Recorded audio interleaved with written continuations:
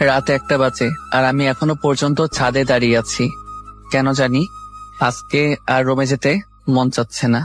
রাতের এই পরিবেশটা অনেক ভালো লাগছে, কিন্তু আমার মনের ভিতর কাল বৈশাখী ঝড় বয়ে যাচ্ছে। নিজের মনের কষ্টটা আজ কাউকে বলতে পারছি না। হঠাৎ পিছন থেকে কে যেন ডাক দিল। চোখের পানিগুলো মুছে পিছনে তাকিয়ে দেখে আব্বু দাঁড়িয়ে আছে। আব্বু আমার সামনে এসে বলতে লাগলো, নিলয়, তুই এখন এখানে দাঁড়িয়ে আছিস কেন? যা, তোর রুমে যা। মেয়েটা সেই কখন থেকে তোর রুমে একা বসে আছে। আমার কাঁধে হাত রেখে বলল, যাচ্ছি। আমি যেই আসতে যাব আব্বু আবার বলল, দেখ বুয়া, মেয়েটা অনেক ভালো, ও তোকে অনেক সুখে রাখবে। আমি কিছু বললাম না, কারণ কিছু বলার মতো ভাষা নেই। তাই একটা শুকনো হাসি দিয়ে ছাদ থেকে নেমে রুমে চলে আসলাম। দরজার সামনে দাঁড়িয়ে আছি আর ভাবছি আজকে কি থেকে কি হয়ে গেল।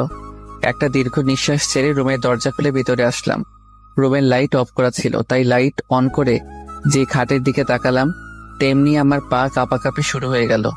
কারণ যে মেয়ের সাথে আমার বিয়ে হয়েছে সে মেয়েটা খাটে বসে এক পায়ের উপর আরেক পা রেখে ডান হাতে একটা রিভলভার নিয়ে বসে আছে, আর রিভলভারটা আমার দিকে মুখ করে ধরে আছে। আমার অবস্থা একেবারে খারাপ হয়ে গেছে। তবুও ভয়ে জিজ্ঞেস করলাম, আপনি এটা কই পাইছেন? এটা আমার। মানে? আর এই রিভলভারটা নিয়ে এসেছি তোমাকে মারার জন্য। আমি আপনাকে কি করেছি যে আপনি আমাকে মারবেন? তুমি এতক্ষণ কোথায় ছিলে? ছাদে ছিলাম। কার সাথে ছিলে?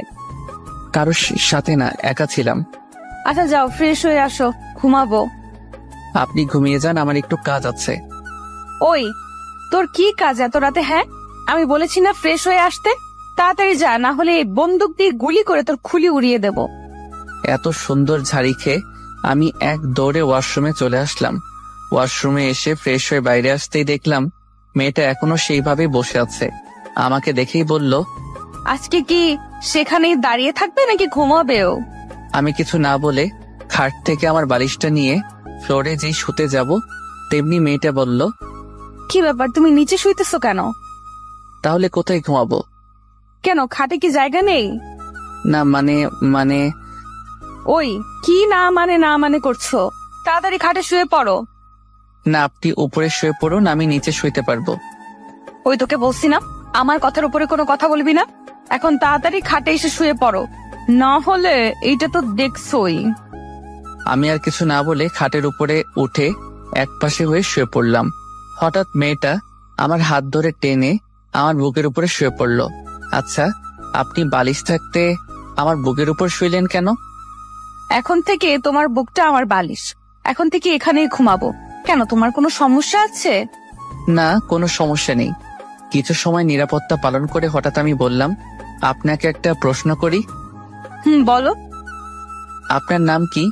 মেয়েটা আমার বুক থেকে মাথা তুলে ড্যাব ড্যাব করে তাকিয়ে বলল, তুমি কি আমার নাম জানো না? না। আমার নাম জান্নাতুল হাসানুল রোজা। অনেক সুন্দর নাম আপনার।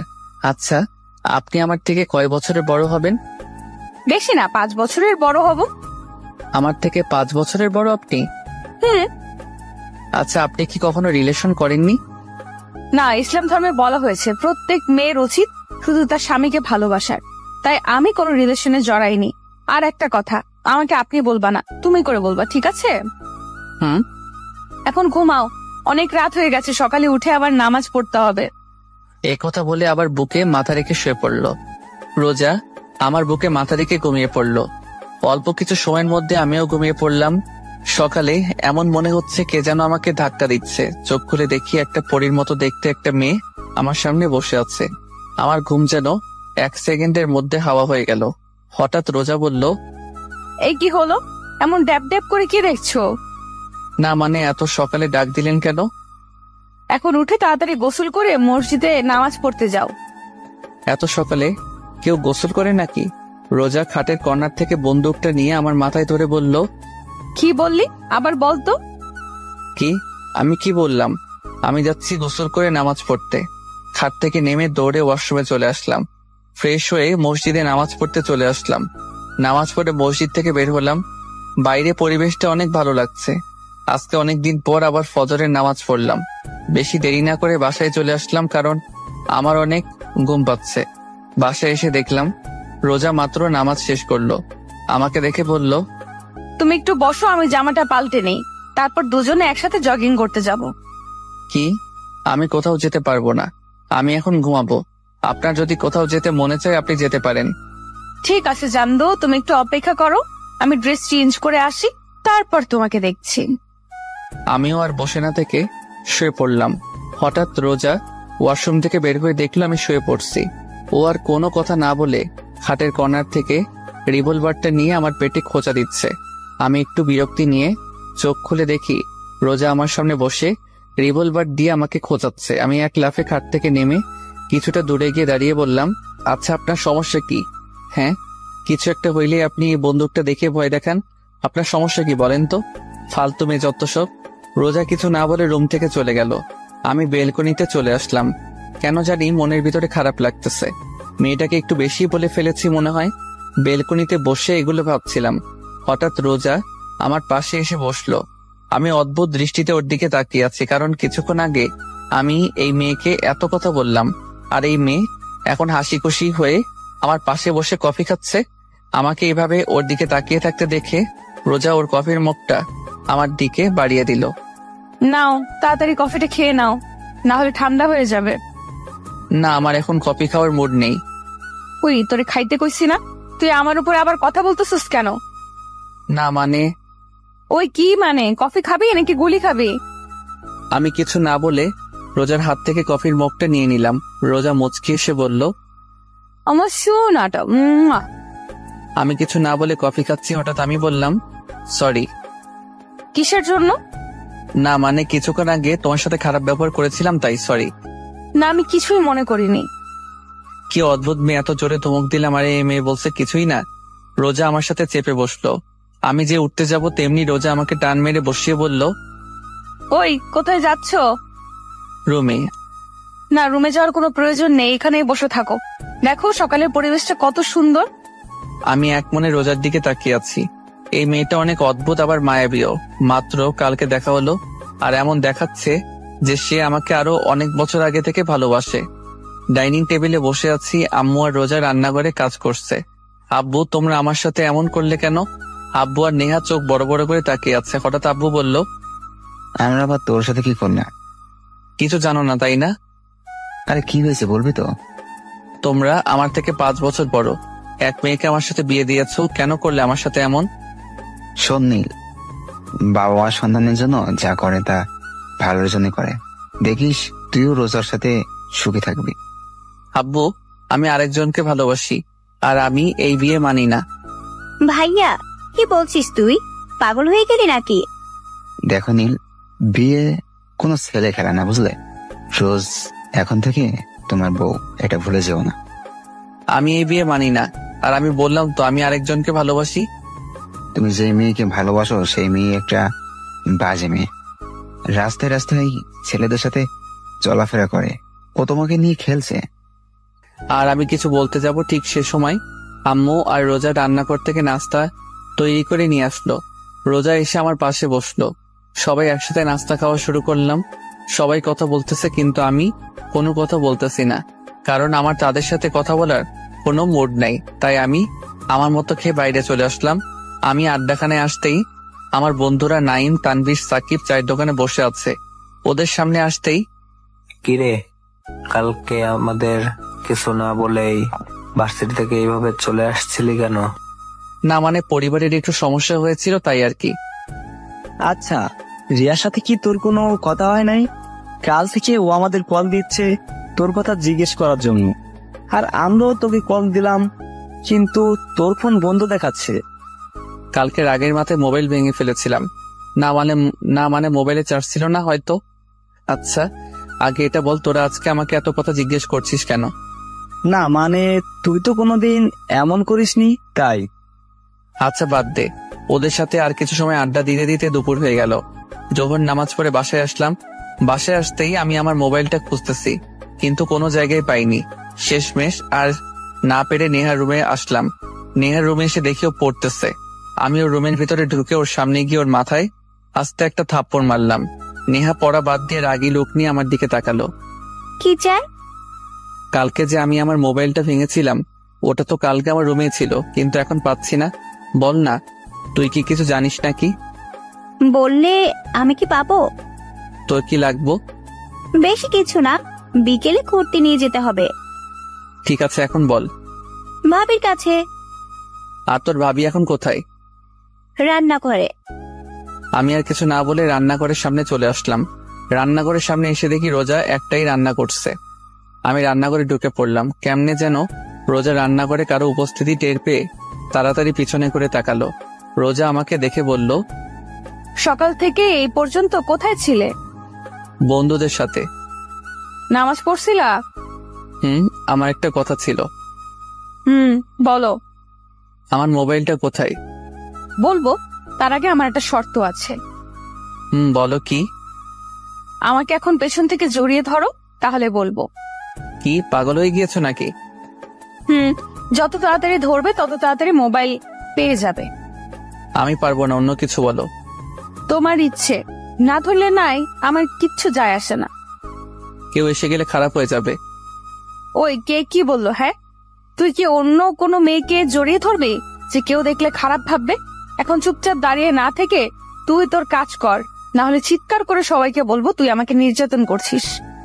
রান্না করা বাদ দিয়ে পিছনে করে রাগী লোক নিয়ে বলল, শুরু হয়ে গেছে ছেড়ে দেওয়া। আই, কি বিড়বিড় করছিস? আবার পিছনে করে ওর কাজ করতে করতে বলল। আমি আর কিছু না বলে রোজার পিছনে গিয়ে ওর দুই হাতে হাত দিয়ে রেখেছি। রোজা আমার হাতের স্পর্শ পেয়ে কিছুটা কেঁপে উঠল। আমি কি বলছি, আমার কাঁধ ব্যথা করতেছে? না তো। তাহলে তুই আমার কাঁধে হাত রেখেছিস কেন? আমাকে জড়িয়ে ধর, না হলে। কি আর করা, শেষমেশ রোজাকে জড়িয়ে ধরতে হলো। কিন্তু ওকে জড়িয়ে ধরতে দুজনে কেঁপে উঠলাম। কেমন যেন এক অন্যরকম অনুভূতি। রোজা ওর কাজ না করে চুপচাপ দাঁড়িয়ে আছে, চোখ বন্ধ করে। আমার মোবাইলটা কোথায়? ওটা তো ভেঙে গিয়েছিল, তাই আমি ফেলে দিয়েছি। কি, তুমি আমার মোবাইল ফেলে দিয়েছো? ওটার মধ্যে আমার সিম কার্ড ছিল, আর তুমি সেটা ফেলাই দিচ্ছ? আমি ওকে ছেড়ে দিয়ে বললাম, রোজা সত্যি করে বলো তো। হ্যাঁ, ফেলে দিয়েছি, কারণ ওটা একটা ভাঙা মোবাইল ছিল। তাই আর আমি কি জানতাম নাকি যে মোবাইলের ভেতরে সিম কার্ড ছিল? আমি কিছু না বলে রুমে চলে আসলাম। বিকেলে বেলকনিতে বসেছিলাম, এমন সময় নেহা আসলো। এসে বলল, ওই ঘুরতে নিয়ে যাবি না? না গেলে হয় না? দেখ, তুই কিন্তু আমাকে কথা দিয়েছিস, এখন কথা মোতাবেক কাজ কর। আচ্ছা ঠিক আছে, তুই যা, আমি রেডি হয়ে আসছি। অল্প কিছু সময়ের মধ্যে রেডি হয়ে নিচে চলে আসলাম। নেহার জন্য অপেক্ষা করতে লাগলাম। হঠাৎ মাথায় একটা কথা আসলো। আজকে দুপুরের পর থেকে রোজা রুমে আসেনি, আর ওর সাথে দেখাও হয়নি। হঠাৎ নেহা আমার সামনে এসে বলল, চল ভাইয়া, আমরা রেডি। আমরা মানে? আমি আর ভাবি। কিন্তু তুই তো বলেছিলি তুই একা যাবি। ওই খবরদার, মিথ্যা কথা বলবি না। আমি বলেছি ঘুরতে নিয়ে যেতে হবে, কিন্তু এটা বলিনি যে আমাকে নিয়ে যেতে হবে। আচ্ছা ঠিক আছে, তোর ভাবি কই? নেহা চোখ দিয়ে ইশারা করে সাইডে দেখতে বললো। আমি সাইডে তাকাতেই অবাক, কারণ রোজা একটা নীল রঙের শাড়ি পরেছে, আর এই শাড়িতে ওকে অনেক সুন্দর লাগছে। ওর টানা টানা হরিণের মতো চোখে একটা দৃষ্টিতে তাকিয়ে থাকতে মন চাচ্ছে। রোজা আমাকে এইভাবে ওর দিকে তাকিয়ে থাকতে দেখে ও লজ্জায় লাল হয়ে গেল।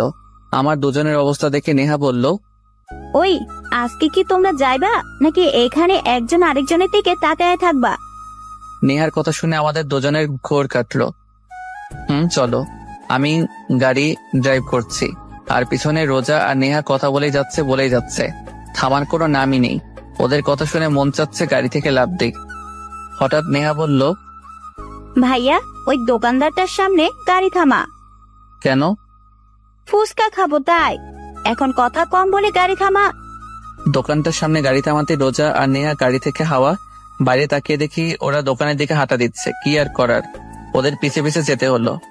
রোজা আর নেহা এক পাশে বসলো আর আমি আরেক পাশে। কিছু সময়ের পর নেহা আর রোজা এমন ভাবে ফুচকা খাওয়া শুরু করলো যে অনেক বছর পর ফুচকা দেখেছে। একটার পর একটা মুখের ভেতর ঢুকিয়ে চলেছে। হঠাৎ কোথা থেকে যেন একটা মেয়ে আমার পাশের সিটে বসে পড়লো। রোজা আর নেহা খাওয়ার মধ্যেই ব্যস্ত, আর আমি ড্যাব ড্যাব করে মেয়েটার দিকে তাকিয়ে আছি। মেয়েটার গায়ের রং ফর্সা। মেয়েটা একটা কালো রঙের শাড়ি পরেছে, হাতে কালো চড়ি, কপালে কালো টিপ। মেয়েটাকে অনেক সুন্দর লাগছে। হঠাৎ মেয়েটা আমাকে বলল, আচ্ছা, আপনি কি সিঙ্গেল? আমি আপনাকে অনেক ভালোবেসে ফেলেছি।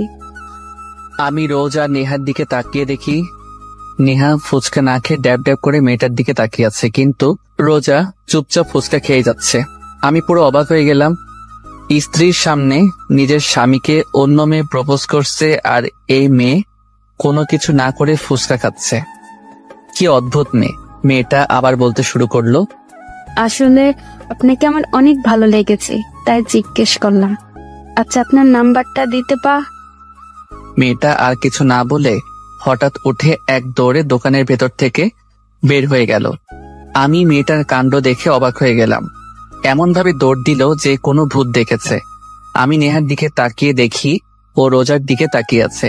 আমি রোজার দিকে তাকাতেই আমার গলা শুকিয়ে কাঠ হয়ে গেছে, কারণ রোজা সেই রিভলভারটা টেবিলের উপর রাখা, আর ও চুপচাপ ফুচকা খাচ্ছে যেন কিছুই না। নেহা এমন ভাবে রোজার দিকে তাকিয়ে আছে যে ওর চোখ এখনই বের হয়ে আসবে।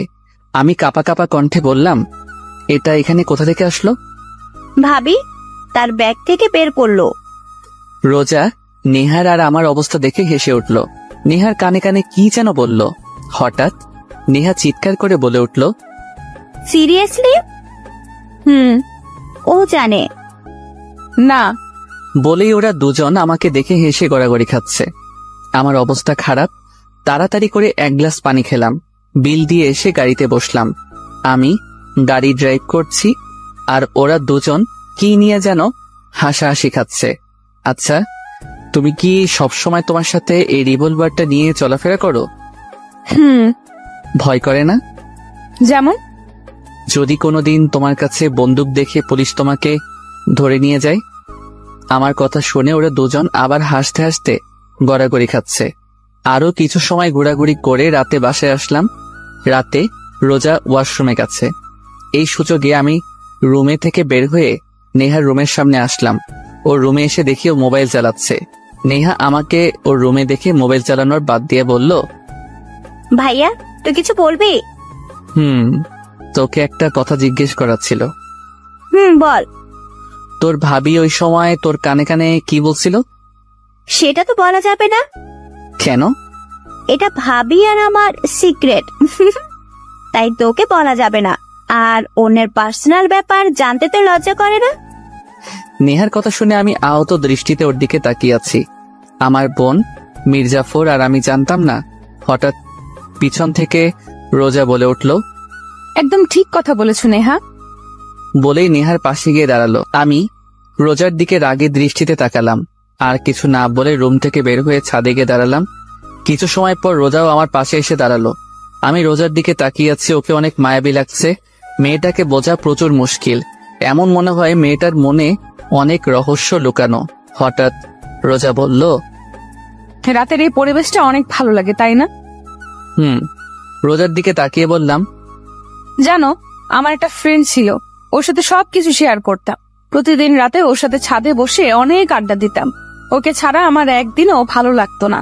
কিন্তু এইটুকু বলে রোজা কাঁদতে কাঁদতে ফ্লোরে বসে পড়ল। ও এমন ভাবে কান্না করছে যে ও ওর জীবন থেকে বেশ মূল্যবান কিছু হারিয়ে ফেলেছে। ওর এইভাবে কান্না কেন যেন আমার আর সহ্য হচ্ছে না। বুকের ভিতর কেমন যেন লাগছে। আমি রোজার পাশে বসে ওর কাঁধে হাত রাখলাম। কি হয়েছিল সেই দিন? আর তুমি এমন ভাবে কান্না করছো কেন? রোজা কিছু না বলে আমাকে আষ্টে পৃষ্ঠে জড়িয়ে ধরল, আর আরো জোরে কান্না করতে লাগলো। কান্না করতে করতে হঠাৎ রোজা বলল, আমার একটা কথা রাখবে? বলো। কখনো আমাকে একা ছেড়ে চলে যাবে না তো? রোজার কথা শুনে আমি চুপ হয়ে গেলাম। ওর এই প্রশ্নের জবাব কি দিব সেই উত্তর আমার কাছে নেই। কি হলো বলো না, তুমি কি কখনো আমাকে ছেড়ে চলে যাবে? আমি চোখের পানি কেন যেন আমার সহ্য হচ্ছে না। কেন যেন ওর প্রতি কোনো এক মায়া সৃষ্টি হচ্ছে। ওর কান্না মাখা মুখ দেখে আমি বলে উঠলাম, না, কোনো দিনও তোমাকে ছেড়ে যাব না, সবসময় তোমার পাশে থাকবো। রোজা কিছু না বলে আমার বুকে মাথা রেখে বসে থাকলো। আর আমি ভাবতে লাগলাম, আমি তো অন্য কাউকে ভালোবাসি, তাহলে রোজাকে এই কথা কিভাবে বলতে পারলাম? রোজা, এই প্রথম আমি রোজার নাম বলে ডাক দিলাম। রোজা। রোজা এখনো নিশ্চুপ থাকায় বুঝতে পারলাম ও ঘুমিয়ে পড়েছে। রাত 11টা বেজে গেছে, আর আকাশের অবস্থা দেখে বোঝা যাচ্ছে বৃষ্টি আসতে পারে। তাই বেশি দেরি না করে রোজাকে সাবধানে কোলে তুলে নিলাম।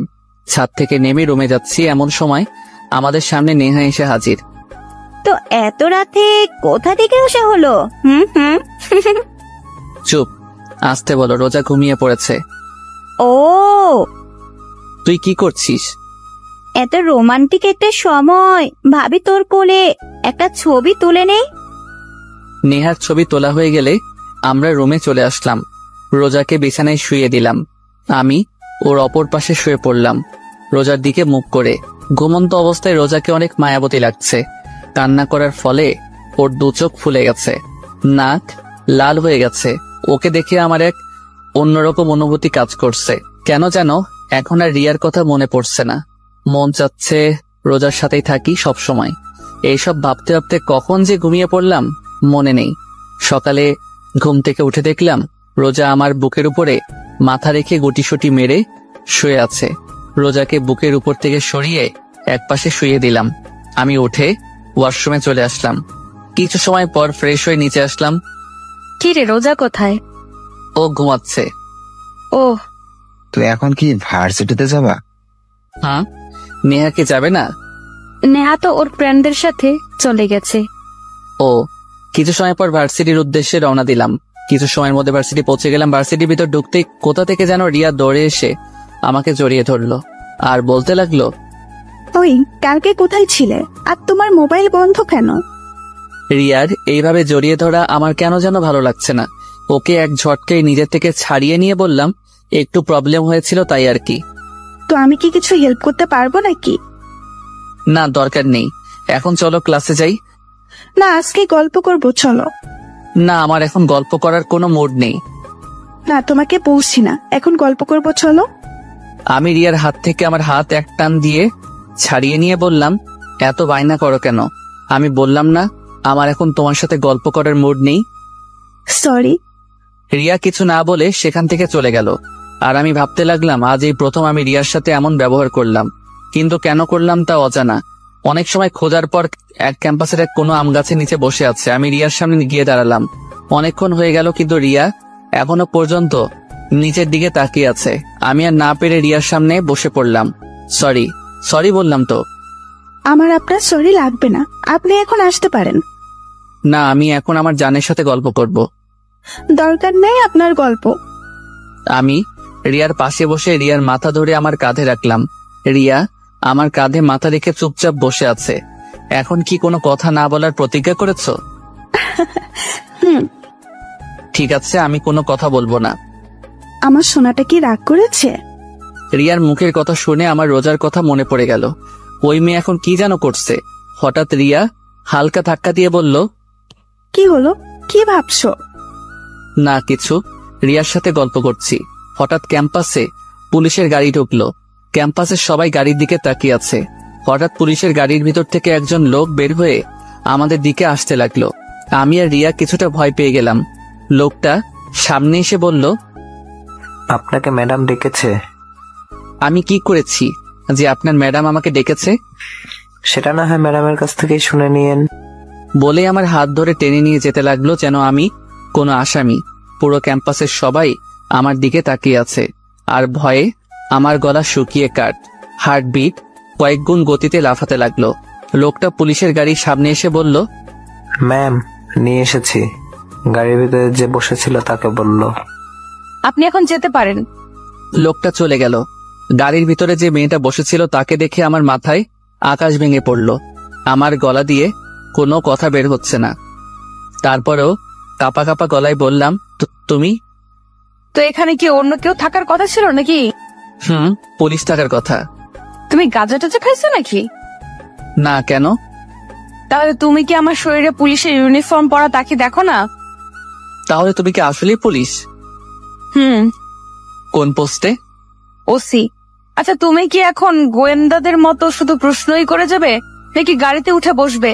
দেখো, পুরো ক্যাম্পাসের সব লোক আমাদের দিকে তাকিয়ে আছে। রোজার কথা শুনে আশেপাশে তাকিয়ে দেখি সবাই আমাদের দিকে তাকিয়ে আছে। রিয়ার দিকে তাকিয়ে দেখি ও ওখানেই থ মেরে দাঁড়িয়ে আছে। আমি কোনো কথা না বলে গাড়িতে উঠে বসলাম। রোজা ড্রাইভ করছে আর আমি চুপচাপ ড্যাব ড্যাব করে রোজার দিকে তাকিয়ে আছি। রোজাকে এই ড্রেসে এক কথায় অসাধারণ লাগছে। রোজা আমাকে এইভাবে তাকিয়ে থাকতে দেখে লজ্জা মাখা মুখে বলল, ওই এইভাবে ড্যাব ড্যাব করে তাকে কি দেখছো? তোমাকে? আমাকে দেখার মতো আমার মাঝে এমন কি আছে? বলতে পারলাম না, কিন্তু তোমাকে অনেক সুন্দর লাগছে। তাই? আচ্ছা, এই কয়দিন না আমাকে ভয় পাইতা? না, ভয় কেন লাগবে? এখন কি ভয় লাগছে না? আমার সাথে ফাঁসলামে আমাকে ছাড়া অন্য কোনো মেয়ের সাথে থাকলে জেলে ভরে দিতে পারতো। রোজার কথা শুনে এখন ভয় লাগতে শুরু করলো, কারণ এই মেয়ের কথা বলা যায় না, বিনা কারণে জেলেও ঢুকিয়ে দিতে পারে। আমি রোজার দিকে থেকে চোখ ফিরিয়ে বাইরের দিকে তাকিয়ে থাকলাম। আমার অবস্থা দেখে রোজা হেসে ফেললো। কিছুক্ষণ পর রোজা আমাকে নিয়ে লেগের পাড়ে আসলো। রোজা আর আমি একটা বেঞ্চে বসে আছি, কেউ কোনো কথা বলছি না। নিরাপত্তা ভেঙে হঠাৎ রোজা বলল, তোমাকে একটা প্রশ্ন করি। বলো। ক্যাম্পাসে তোমার সাথে যে মেয়েটা বসেছিল সে কি আমার সতীন? রোজা এমন প্রশ্ন করবে তা ভাবতে পারিনি। ওর এই প্রশ্নের জবাব কি দিব তা ভেবে পাচ্ছি না। আমাকে চুপ থাকতে দেখে রোজা বলল, এই শোনো, আমি কিন্তু অন্য কারোর সাথে আমার স্বামীর ভাগ বসাবো না। তুমি শুধু আমার। অন্য কোনো মেয়ের দিকে তাকালে তোমাকে বিনা টিকিটে উপরে পাঠিয়ে দেব।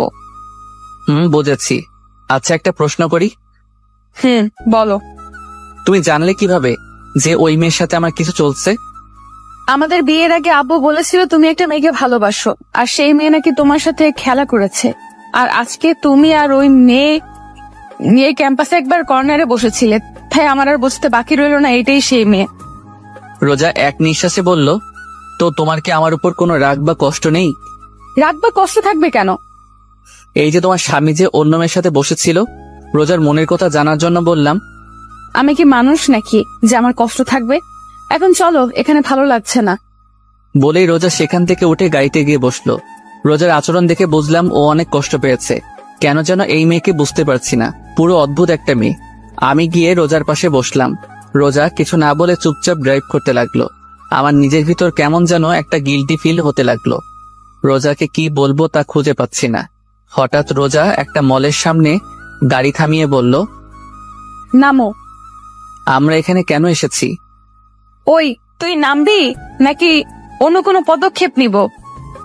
আমি কিছু না বলে গাড়ি থেকে নেমে রোজার পিছনে পিছনে চুপচাপ হাঁটছি। হঠাৎ রোজা একটা মোবাইলের শোরুমে ঢুকলো। আমি একটু দাঁড়িয়ে ভাবলাম রোজা এখানে কেন এসেছে। কিছু না ভেবে দোকানের ভিতরে ঢুকে পড়লাম। রোজা একটা মোবাইল সিম কার্ড কিনলো। আমি চুপচাপ দেখে যাচ্ছি। মোবাইলটা দেখে আমার লোভ এসে পড়লো, মন চাচ্ছে যদি এই মোবাইলটা আমার হতো। রোজা বিল পেমেন্ট করে আবার বেরিয়ে পড়লো। আমিও রোজার পিছে পিছে বের হয়ে গাড়িতে বসলাম। কিছুক্ষণ পর রোজা একটা রেস্টুরেন্টের সামনে গিয়ে গাড়ি থামালো। আমার দিকে তাকাতেই আমি গাড়ি থেকে নেমে পড়লাম। রোজা আর আমি রেস্টুরেন্টে থেকে লাঞ্চ করলাম, কিন্তু রোজা আমার সাথে কোনো প্রকার কথাও বলেনি। আর একটা লজ্জাজনক কথা, সব পেমেন্ট রোজাই করেছে, কারণ আমি বেকার। কিছু সময় পর দুজনেই বাসায় চলে আসলাম। বাসায় আসতেই আম্মু রোজাকে ডাকলো। রোজা কিছু না বলে রুমে চলে গেল। আম্মু আমাকে দেখে আমার সামনে এসে বলল, কি রে, রোজার আবার কি হলো? কই কিছু না তো। দেখ নীল, আমার সাথে মিথ্যা কথা বলবি না, বল কি হয়েছে? ও আমার সাথে একটু রাগ করেছে, এটুকুই। আর কি নিয়ে রাগ করেছে? তেমন কিছু না, আমি এখন রুমে গেলাম বলে ওখান থেকে চলে আসলাম। রুমের সামনে এসে দেখি রোজা মার্কেট থেকে যেই মোবাইলটা কিনেছিল সেটা চালাচ্ছে। আমাকে দেখেও না দেখার ভান করে এক মনে মোবাইল চালাতে লাগলো। আমিও কিছু না বলে ওয়াশরুমে চলে গেলাম। ওয়াশরুমে এসে ভাবতে লাগলাম যে ওর রাগ ভাঙানো যায় কিভাবে, কিন্তু কোনো আইডিয়া পেলাম না। ওয়াশরুম থেকে বের হয়ে দেখলাম রোজা আগের মতোই খাটে বসে মোবাইল গোতাচ্ছে। আমি চুপচাপ রোজার পাশে গিয়ে বসে থাকলাম, কিন্তু এই মাইয়ার সেই জায়গায় কোনো খেয়ালই নাই। আমি ড্যাব ড্যাব করে ওর দিকে তাকিয়ে আছি আর ও এক মনে মোবাইলের দিকে। আমি এইবার মাথা নিচু করে বসে রইলাম।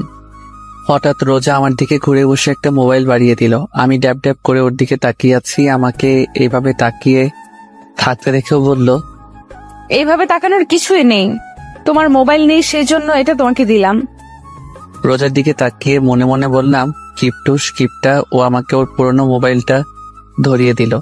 আর আমি ভেবেছিলাম ও আমাকে এই নতুন মোবাইলটা দিবে। আমি মুখ কালো করে রোজার দিকে তাকিয়ে আছি, আর রোজা এই ইমোজির মতো আমার দিকে তাকিয়ে আছে। আমি রোজার হাত থেকে মোবাইলটা নিয়ে নিলাম। হঠাৎ রোজা আমাকে বলল, একটু সামনে এসো, তোমাকে একটা কথা বলার ছিল। আমি রোজার দিকে একটু আগাতেই রোজা বলল, জানো, এই মোবাইলটা আমার অনেক দিন ধরে কেনার শখ ছিল, তাই এটা আমি রেখে দিলাম। আর আমার এই মোবাইলটা যখন পুরাতন হয়ে গেছে তাই এটা তুমি রেখে দাও। রোজার কথা শুনে আমি হেসে উঠলাম। রোজা আমার দিকে অদ্ভুত দৃষ্টিতে তাকিয়ে আছে। হাসছো কেন? তুমি তোমার মোবাইলটা দিয়ে অনেক বড় উপকার করলা। মানে? তুমি তো আমাকে তোমার মোবাইল দিয়ে দিলে, তাই এখন আর মোবাইল কেনার কোনো প্রয়োজন নেই। আর আব্বু তো জানে যে আমার মোবাইল নেই, আর আব্বুর থেকে মোবাইল কেনার জন্য ফাও টাকা পাবো, বুঝেছো? কিন্তু এই মাইয়া কি পাগল হয়ে গেল নাকি? রোজা হাসতে হাসতে বিছানায় গড়াগড়ি খাচ্ছে, কিন্তু আমি কিছুই বুঝতে পারছি না এখানে হাসার কি আছে। হাসছো কেন? দাঁড়াও, আগে হেসে নেই, তারপর বলছি। আমি কি কোনো জোক করেছি? কি? রোজা একটু হাসি থামিয়ে বলল, তোমার মতে আমি কি আমার টাকা দিয়ে এই মোবাইলটা কিনেছি? এই মোবাইল কেনার টাকা আব্বু আমাকে দিয়েছে, আর বলেছিল তোমাকে একটা ভালো মোবাইল কিনে দিতে। এখন হয়তো বুঝেছো। বলেই আবার হাসতে লাগলো। তোমার আব্বু টাকা দিয়েছিল আমাকে মোবাইল কিনে দিতে? তোমার আব্বু দিয়েছে। আমি বুকে হাত দিয়ে বিছানায় চিত হয়ে শুয়ে পড়লাম আর বলতে লাগলাম, আমার টাকা আমার মোবাইল অনেক বড় একটা শক খেয়েছি। আমার অবস্থা দেখে রোজা আমার সামনে এসে বলল, কি হয়েছে তোমার, এমন করছো কেন? আমার টাকা আমার মোবাইল। আচ্ছা, টাকার বদলে অন্য কিছু দিলে হবে নাকি? ওই মোবাইলটা আমাকে দিলে খুশি হতাম। না, তা হবে না, অন্য কিছু লাগলে বলো। না, আমার অন্য আর কিছু লাগবে না বলে যে উঠতে যাব, রোজা আমার বাম হাত ধরে টান মেরে আবার শুয়ে দিয়ে আমার বুকের উপর উঠে বসলো আর বলতে লাগলো, ওই কই যাচ্ছ? ও ওয়াশরুমে যাচ্ছিলাম। কিছু সময় আগে না ওয়াশরুমে গিয়েছিলে? আবার যেতে মন চাচ্ছিল। কেন, ওয়াশরুমে কি ওই ডাইনি বুড়ি রিয়া আছে নাকি?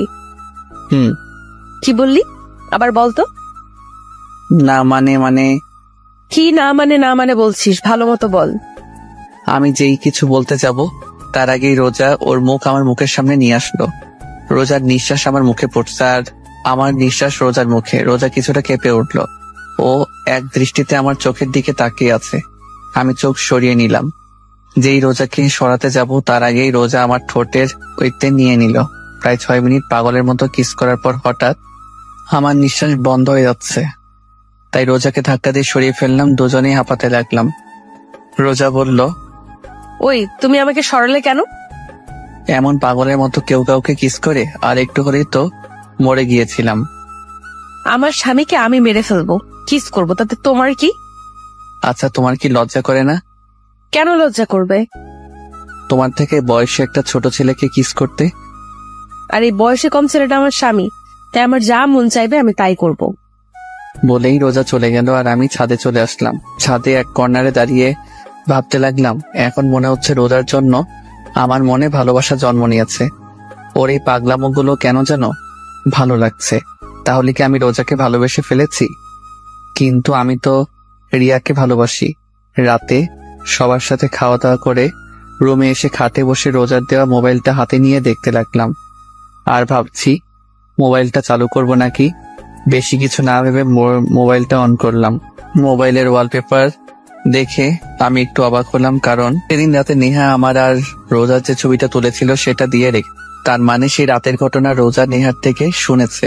ওসব ভাবছি, হঠাৎ রোজা রুমে ঢুকলো। কিছু না বলে রুমের দরজা লাগিয়ে আমার সামনে এসে বলল, আমি এখন ঘুমাবো। তো ঘুমিয়ে যাও, আমি কি তোমাকে ধরে রেখেছি নাকি? তুমি কি ঘুমাবে না? তাহলে ঘুমাও, এত রাতে ফোন চালাচ্ছ কেন? তুমি ঘুমিয়ে পড়ো, আমি একটু পর ঘুমাবো। বুঝেছি, ভালোভাবে বললে হবে না। বলেই রোজা খাটের উপর উঠে আমার হাত থেকে মোবাইলটা নিয়ে নিল। আমি শুধু নির্বাক দর্শক হিসেবে তাকিয়ে আছি। মোবাইলটা সাইডে রেখে আমার হাত টান মেরে শুয়ে দিয়ে ও আমার বুকের উপর শুয়ে পড়ল। আমি এখনো নির্বাক দর্শক হিসেবে তাকিয়ে আছি। এটা কি হলো? কোথায় আবার কি হলো? তুমি আমার উপর কেন শুয়েছ? বিছানায় তো বালিশ আছে, ওখানে শোও। আমার বালিশ শুধু তুমি। নয় হ্যাঁ, এখন কথা কম বলে শুয়ে পড়ো, অনেক রাত হয়েছে। আমি আর কিছু বললাম না, কারণ এই মেয়ের সাথে কথায় পেরে ওঠা অসম্ভব। কিছুক্ষণের মধ্যে আমরা ঘুমিয়ে পড়লাম। সকালে ঘুম থেকে উঠে দেখলাম রোজা প্রতিদিনের মতো আমার বুকের উপর মাথা রেখে শুয়ে আছে। আজকে কেন জানি ওর এইভাবে শুয়ে থাকা আমার ভালো লাগছে। আমার ডান হাতটা দিয়ে ওর মুখের উপর আসা চুলগুলো ওর কানের পিছনে গুজে দিলাম। ও কিছুটা নেড়ে উঠল। কিছুক্ষণ এক দৃষ্টিতে ওর দিকে তাকিয়ে থাকলাম। ওকে অনেক রূপবতী দেখাচ্ছে। রোজাকে সাবধানে বুকের উপর থেকে উঠিয়ে সাইডে শুয়ে দিলাম। আমি উঠে ফ্রেশ হয়ে নাস্তা করে ভার্সিটির উদ্দেশ্যে বেরিয়ে পড়লাম। রিয়াকে কি বলবো তা ভাবতে ভাবতে ভার্সিটির সামনে চলে আসলাম। ভার্সিটির সামনে আসতে দেখলাম রিয়া গেটের সামনে দাঁড়িয়ে আছে। ওকে দেখে বোঝা যাচ্ছে ও কারোর জন্য অপেক্ষা করছে। হঠাৎ রিয়া আমাকে দেখে আমার সামনে দৌড়ে আসলো আর এসেই বলতে লাগলো, তুমি ঠিক আছো তো? কি হয়েছে তোমার? আর এমন দেখাচ্ছে কেন তোমাকে? কালকে ওই পুলিশ তোমাকে ধরে নিয়ে গেল, সেটা নিয়ে আমি অনেক টেনশনে ছিলাম।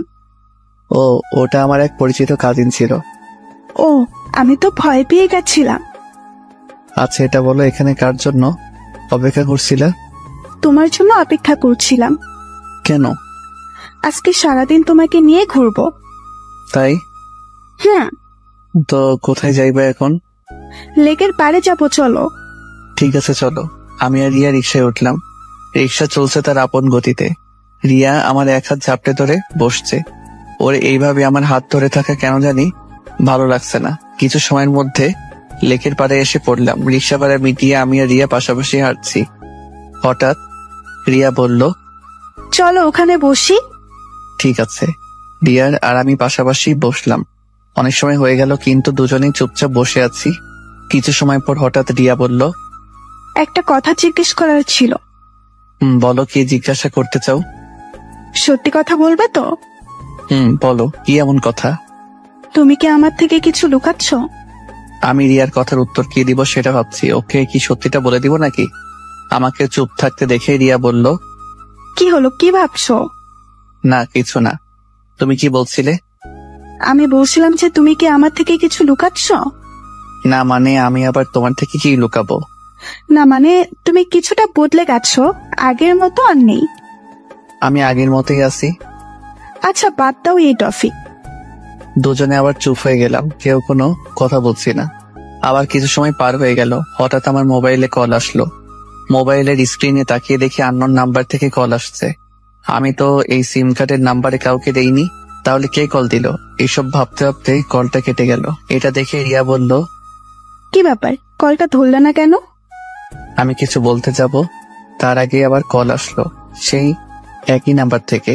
রিয়ার থেকে কিছুটা দূরে গিয়ে কলটা রিসিভ করলাম। রিসিভ করতেই, ওই কই তুমি?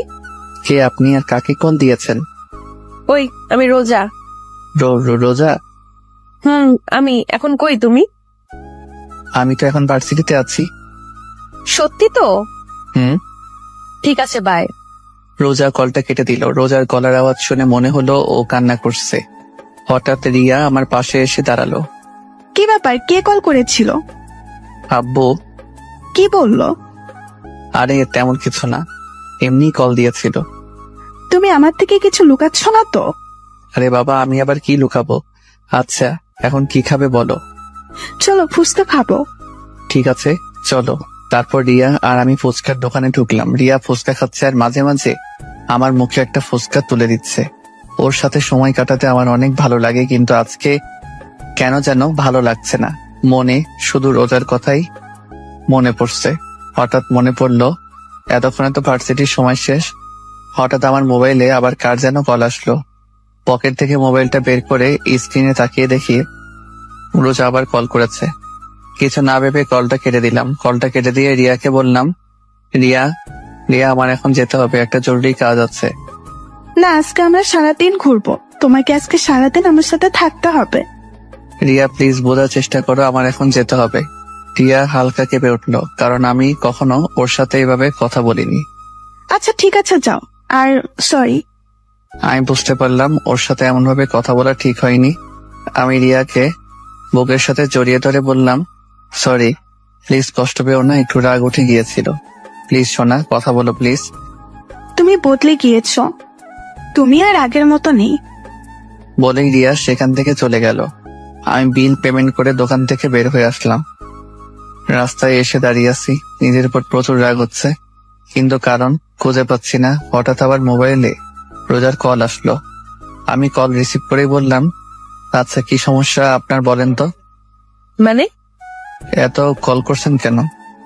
না মানে অনেক সময় হয়ে গেছে, ভার্সিটি থেকে আসছো না, তাই ফোন করছি। আমি কি এখন আপনার কথায় চলবো নাকি? আমার যখন বাসায় আসতে মন চাইবে তা আমি তখন আসবো। আর শোনেন, আমাকে কল দিয়ে বেশি বিরক্ত করবেন না বলেই কল কেটে দিলাম। অনেক রাগ হচ্ছে রোজার উপর। কেন যে আব্বু এই মেয়েটার সাথে আমাকে বিয়ে দিল, কয়েকদিনের মধ্যেই আমার আরামের জীবনটাকে তছনছ করে দিল। যত তাড়াতাড়ি সম্ভব এই মেয়েকে আমার জীবন থেকে সরাতেই হবে। মোবাইলটা অফ করে দিলাম, আনমনে রাস্তায় হাঁটতে লাগলাম। এভাবে রাত 11টা বেজে গেল। এখন আর রাগ নেই, এখন শুধু ভয় করতেছে বাসায় গেলে আব্বুকে কিভাবে ম্যানেজ করব। ভয়ে ভয়ে বাসার দিকে পা বাড়াতে লাগলাম। কিছু সময়ের মধ্যে বাসায় পৌঁছালাম। ডুপ্লিকেট চাবি দিয়ে বাসার দরজা খুলে টিপে টিপে হেঁটে হলরুমে সিঁড়িতে উঠতে যাব। হঠাৎ ডাইনিং টেবিলের দিকে চোখ যেতে দেখলাম রোজা চেয়ারে বসে টেবিলের উপরে মাথা রেখে শুয়ে আছে। ওকে দেখে মনে হচ্ছে ও অনেক সময় ধরে এখানে বসেছিল। ওর জন্য একটু খারাপ লাগলো। আস্তে আস্তে রোজার দিকে এগিয়ে গেলাম। রোজার পাশে টেবিলে বসে টেবিলে নক করলাম। 4 থেকে 5 বার টেবিলে আওয়াজ করার পর রোজার ঘুম ভাঙলো। হলরুমের লাইট জ্বালানোই ছিল। রোজার মুখ তুলতেই আমার কলেজা কেঁপে উঠল, কারণ রোজার চোখের নিচে কালি পড়ে গিয়েছে। 2 চোখ একেবারে ফুলে গেছে, নাক ও গাল একেবারে লাল হয়ে আছে। যে মেয়েকে আমি সকালে ভালো দেখেছিলাম, সে মেয়ের অবস্থা দেখে আমার পায়ের নিচের থেকে মাটি সরে গেল। আমি এক দৃষ্টিতে রোজার দিকে তাকিয়ে আছি। হঠাৎ রোজা বলল, ও তুমি আসছো, বসো, তোমাকে খাবার দিচ্ছি। বলেই একটা প্লেটে খাবার বাড়তে শুরু করলো। আমি রোজাকে দেখে অবাক না হয়ে পারছি না, কারণ যেই মেয়ে আমাকে কথায় কথায় থ্রেট দিত, একটু ভুল করলে আমার অবস্থা টাইট করে দিত, আর আজ আমি সারাদিন বাইরে ছিলাম, ওর কলও রিসিভ করিনি। কোথায় ও আমার উপর রেগে থাকবে, কিন্তু তা না করে ও একেবারে শান্ত হয়ে আছে। আমার একটু ভয় হতে লাগলো, কারণ রোজার এই রূপ আমার মোটেও সুবিধার মনে হচ্ছে না। আর ওর চেহারার অবস্থা এমন কেন? হঠাৎ রোজা বলল, কি হলো, কি দেখছো, খাবার খাচ্ছ না কেন? আমি কিছু না বলে চুপচাপ খাবার খেতে লাগলাম। কি বলবো ওকে সেটাই ভেবে পাচ্ছি না, কারণ আজকে সকালে ওর সাথে যেভাবে কথা বলেছিলাম তা ভেবে বুঝতে পারছি কি থেকে কি শুরু করব। হঠাৎ আমি নিজের দিকে তাকিয়ে বলতে লাগলাম, সরি, আসলে আজকে তুমি যখন কল দিয়েছিলে তখন আমার মুড একটু খারাপ ছিল, আর সেই সময় তুমি কল দিয়েছিলে, তাই তোমাকে একটু বেশি বলে দিয়েছিলাম। প্লিজ আমাকে মাফ করে দাও। আমি কথাগুলো বলতে বলতে রোজার দিকে তাকাতেই দেখি ও আবার টেবিলের উপর মাথা রেখে ঘুমিয়ে পড়েছে। আমি টেবিল থেকে উঠে হাত ধুয়ে আসলাম, রোজার সামনে এসে দাঁড়িয়ে রইলাম। এই মেয়েটা এমন অদ্ভুত কেন, যে কোনো জায়গায় ঘুমিয়ে পড়ে, এখন আবার ওকে কোলে করে রুমে নিয়ে যেতে হবে। মুচকি এসে যেই রোজার শরীরে যেই হাত রাখলাম যা তেমন আমি 2 কদম পিছে চলে গেলাম, কারণ রোজার শরীর জ্বরে পড়ে যাচ্ছে। আমি অনেক ঘাবড়ে গেলাম। এখন কি করব কিছুই মাথায় আসছে না। আমি তাড়াতাড়ি করে রোজার কাছে গিয়ে ওকে কোলে তুলে নিলাম। রোজাকে কোলে নিয়ে রুমে চলে আসলাম। এসেই রোজাকে বিছানায় শুয়ে দিয়ে দৌড় দিয়ে ওয়াশরুমে চলে গেলাম। একটা বালতির মধ্যে পানি এনে কাপড় দিয়ে রোজার মাথায় পানি পড়তে দিতে লাগলাম। হঠাৎ খেয়াল করলাম রোজা কাঁপছে। বিছানার সাইড থেকে কম্বলটা নিয়ে রোজা গায়ে জড়িয়ে দিলাম। রোজা কম্বলটাকে আষ্টে পৃষ্ঠে জড়িয়ে ধরলো, আর আমি ওর মাথার পাশে বসে পানি পড়তে দিতে থাকলাম। আর ভাবতে লাগলাম, রোজার আজকে যে অবস্থা তার জন্য একমাত্র দায়ী আমি। আমার জন্যই হয়তো এমন হয়েছে। আজকে ওকে শুধু শুধু এতগুলো কথা শুনিয়েছিলাম। সারাটা দিন মেয়েটা কতবার কল করেছিল, কিন্তু একটাবারও ওর কল রিসিভ করিনি। কত যেন কষ্ট পেয়েছে, আর গাধার মতো এসে আমি ওকে রেখে খেতে বসে গেলাম। একটাবারও জিজ্ঞেস করলাম না যে তুমি খেয়েছো কিনা। নিজের উপর অনেক রাগ হতে লাগলো। হঠাৎ এমন মনে হলো আমার গাল বেয়ে পানি গড়িয়ে পড়ছে। এক হাত দিয়ে চেহারায় হাত দিয়ে দেখে আমার চোখে পানি। আমার চোখের পানিটা মায়ার নাকি কষ্টের সেটা অজানা। আমি শেষবার কবে কেঁদেছিলাম সেটা আমার মনে নেই। কেন যে মেয়েটাকে এত কষ্ট দিতে গেলাম। রোজার চেহারার দিকে তাকালেই কেন জানি আমার অনেক কষ্ট হচ্ছে। এইভাবে সারা রাত রোজার মাথায় পানি ঢালতে ঢালতে সকাল হয়ে গেল। সকাল 6টা। এখন রোজার শরীরের জ্বর কিছুটা কমে এসেছে। হঠাৎ আমি রোজার জামার দিকে খেয়াল করে দেখলাম পানি ঢালতে ঢালতে ওর জামা বেশ খানিকটা ভিজে গিয়েছে। এখন হইল আরেক সমস্যা, রোজার জামা চেঞ্জ করা যায় কিভাবে। কিছু সময় ভেবে আমি রুম থেকে বের হয়ে নেহার রুমের সামনে আসলাম। নেহার রুমের সামনে এসে বেশ খানিকটা সময় ধরে নেহাকে ডাকার পরে নেহা দরজা খুলতেই বলল, কি হয়েছে, সমস্যা কি? আপনি এত সকালে আমাকে ডাকছেন কেন? নেহা আমার সাথে এতটুকু বলেই চুপ হয়ে গেলাম। কারণ আমার বোন আমাকে আপনি করে বলছে। কি হলো বোন, তুই আমাকে আপনি করে বলছিস কেন? নেহা এক ঝটকায় হাতটা সরিয়ে নিয়ে আমার থেকে 2 কদম পিছে গিয়ে বলতে লাগলো, আমার ইচ্ছা আমি কাকে কি বলে রাখবো। আর আপনি আমার ভাই না, আমি আপনার কোনো বোন না। আমি অবাকের উপর অবাক হচ্ছি। কারণ কি এমন হয়েছে যার কারণে নেহা আমার সাথে এমন ব্যবহার করছে? কেন জানি ওর কথাগুলোয় আমার ভিতরে কেমন যেন ব্যথা অনুভব হতে লাগলো। হঠাৎ নেহা আমার মুখের সামনে চুটকি বাজিয়ে বলল, কি হলো, আপনি কেন এসেছেন এখানে? রোজার। কি হয়েছে ভাবি, কি বলেন, কি হয়েছে ভাবি? আমি কিছু বলার আগে নেহা আমাকে পাশ কাটিয়ে আমার রুমের দিকে দৌড় দিল। আমি দাঁড়িয়ে না থেকে নেহার পিছনে পিছনে গেলাম। নেহার রুমের ভিতর ঢুকে রোজার অবস্থা দেখে আমার দিকে রাগী দৃষ্টিতে তাকালো। ও এমন ভাবে আমার দিকে তাকালো যে আমি কোনো জেলের আসামি। নেহা আমার সামনে এসে বলল, কি করেছেন আপনি ভাবির সাথে? রাতে আমি আর রোজা খাবার টেবিলে বসেছিলাম। আমি খাবার খাচ্ছি, হঠাৎ দেখি রোজা কিছুটা কাঁপছে, কিন্তু আমি ভেবেছিলাম হয়তো এমনই। তারপর হাত ধুয়ে এসে যখন ওর ঢাক দিলাম কিন্তু উঠল না। ওর শরীরের হাত দিয়ে দেখি ওর শরীরে প্রচুর জ্বর এসেছে। তারপর ওকে রুমে নিয়ে এসে পানি পট্টি দিতে দিতে ওর জামা ভিজে গিয়েছে, তাই তোকে ডাক দিয়েছি। আচ্ছা, ভাবি কি আপনাকে কিছু বলেনি? না।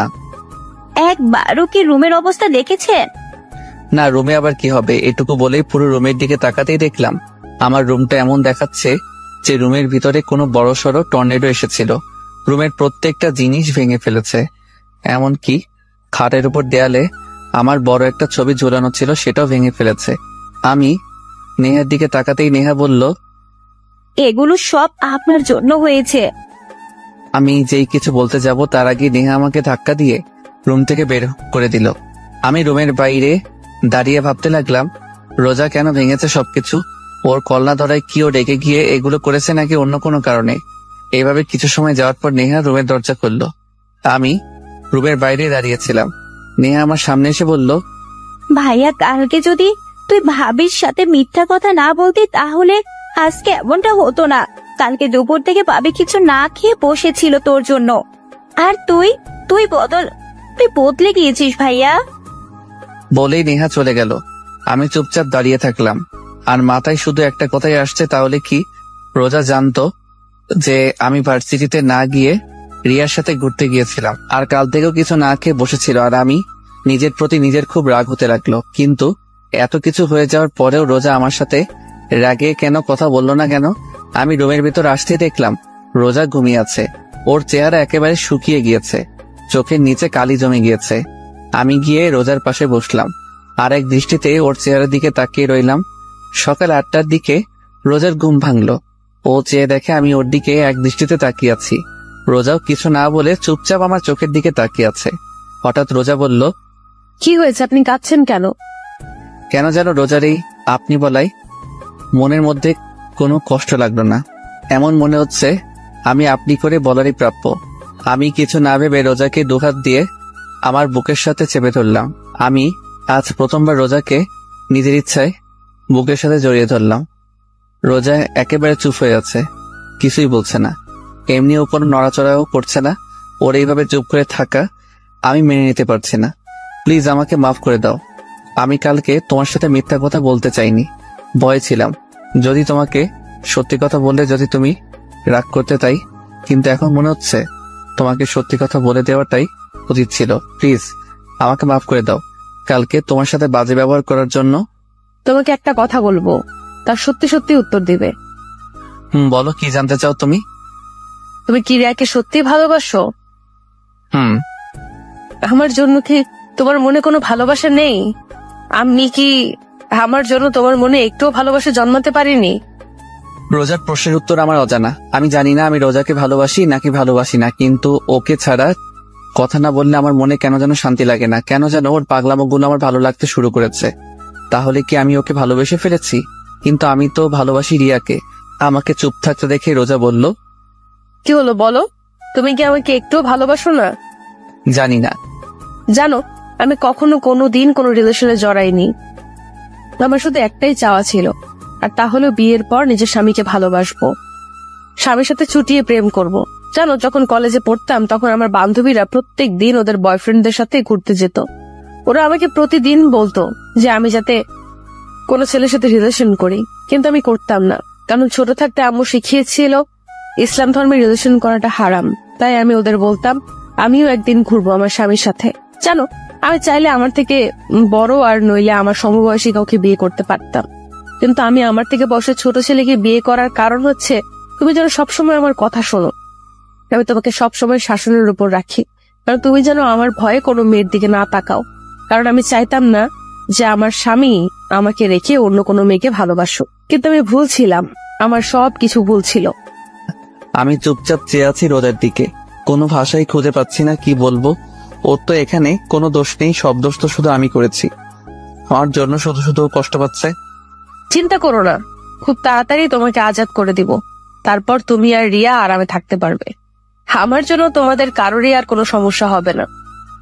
আমি চুপচাপ মাথা নিচু করে খাট থেকে নেমে রুমে থেকে বেরোতে যাব, হঠাৎ রোজা পেছন থেকে বলে উঠলো, শোনো।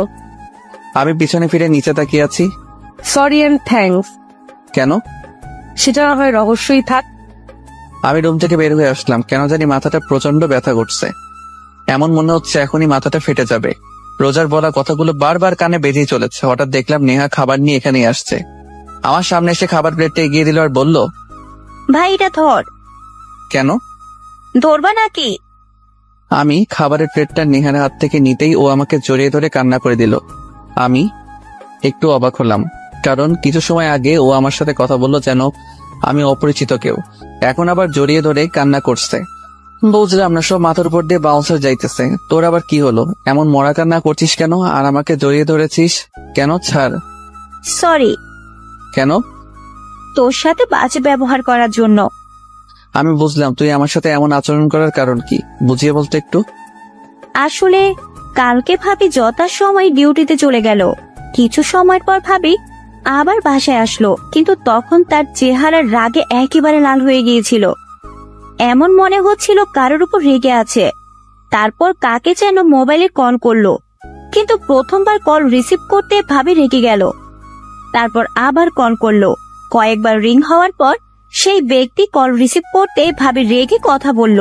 কিছু সময় পর বুঝতে পারলাম ভাবি তোকে কল করেছে। কিছু সময় পর ভাবি আবার তোকে কল করলো, কিন্তু হঠাৎ কি যেন ভাবি কান্না করতে করতে রুমে চলে গিয়ে ভেতর থেকে দরজা বন্ধ করে দিল। ভাবিকে অনেক ডাক দিলাম, কিন্তু ভাবি দরজা খুললো না। এইটুকু বলেই জোরে জোরে শ্বাস নিতে লাগলো। আবার যেই বলতে যাবে, নেহা আমার দিকে তাকিয়ে। আমি রোজার ব্যাপারটা নিয়ে এত বেশি অবাক হইনি, যত বেশি অবাক হয়েছি নেহার কথা বলা দেখে। দু চোখ ড্যাব ড্যাব করে নেহার দিকে তাকিয়ে আছি। নেহা আমাকে এইভাবে ওর দিকে তাকিয়ে থাকতে দেখে ভ্রু কুচকিয়ে আমার দিকে তাকিয়ে বলল, ওই তুই এভাবে কি দেখছিস? বোন, তুই ঠিক আছিস তো? কেন, আবার কি হবে? না মানে আমার মনে হচ্ছে তোর জিনের আঁচল লাগছে, কারণ তুই এত কথা বলা কোথা থেকে শিখেছিস? সব সময় তোর ফাজলামি না করলে ভালো লাগে না। নেহার কথা শুনে জোরে জোরে হাসতে লাগলাম। আমার হাসি দেখে নেহা হেসে উঠল। ভাইয়া, এখন আর বেশি কথা না বলে ভাবির কাছে যা। ঠিক আছে। আর আব্বু আম্মু কি রোজার শরীর ভালো না তা জানে? আব্বু আম্মু তো বাসায় নেই। কেন, কোথায় গিয়েছে? গতকাল সকালে নানিদের বাসায় গিয়েছে, আর আজকে শুক্রবার তাই কালকে চলে আসবে।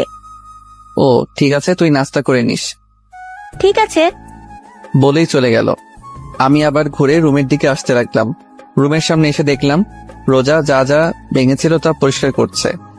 আমি প্লেটটা খাটে রেখে রোজার পিছনে গিয়ে বললাম, কি করছো তুমি?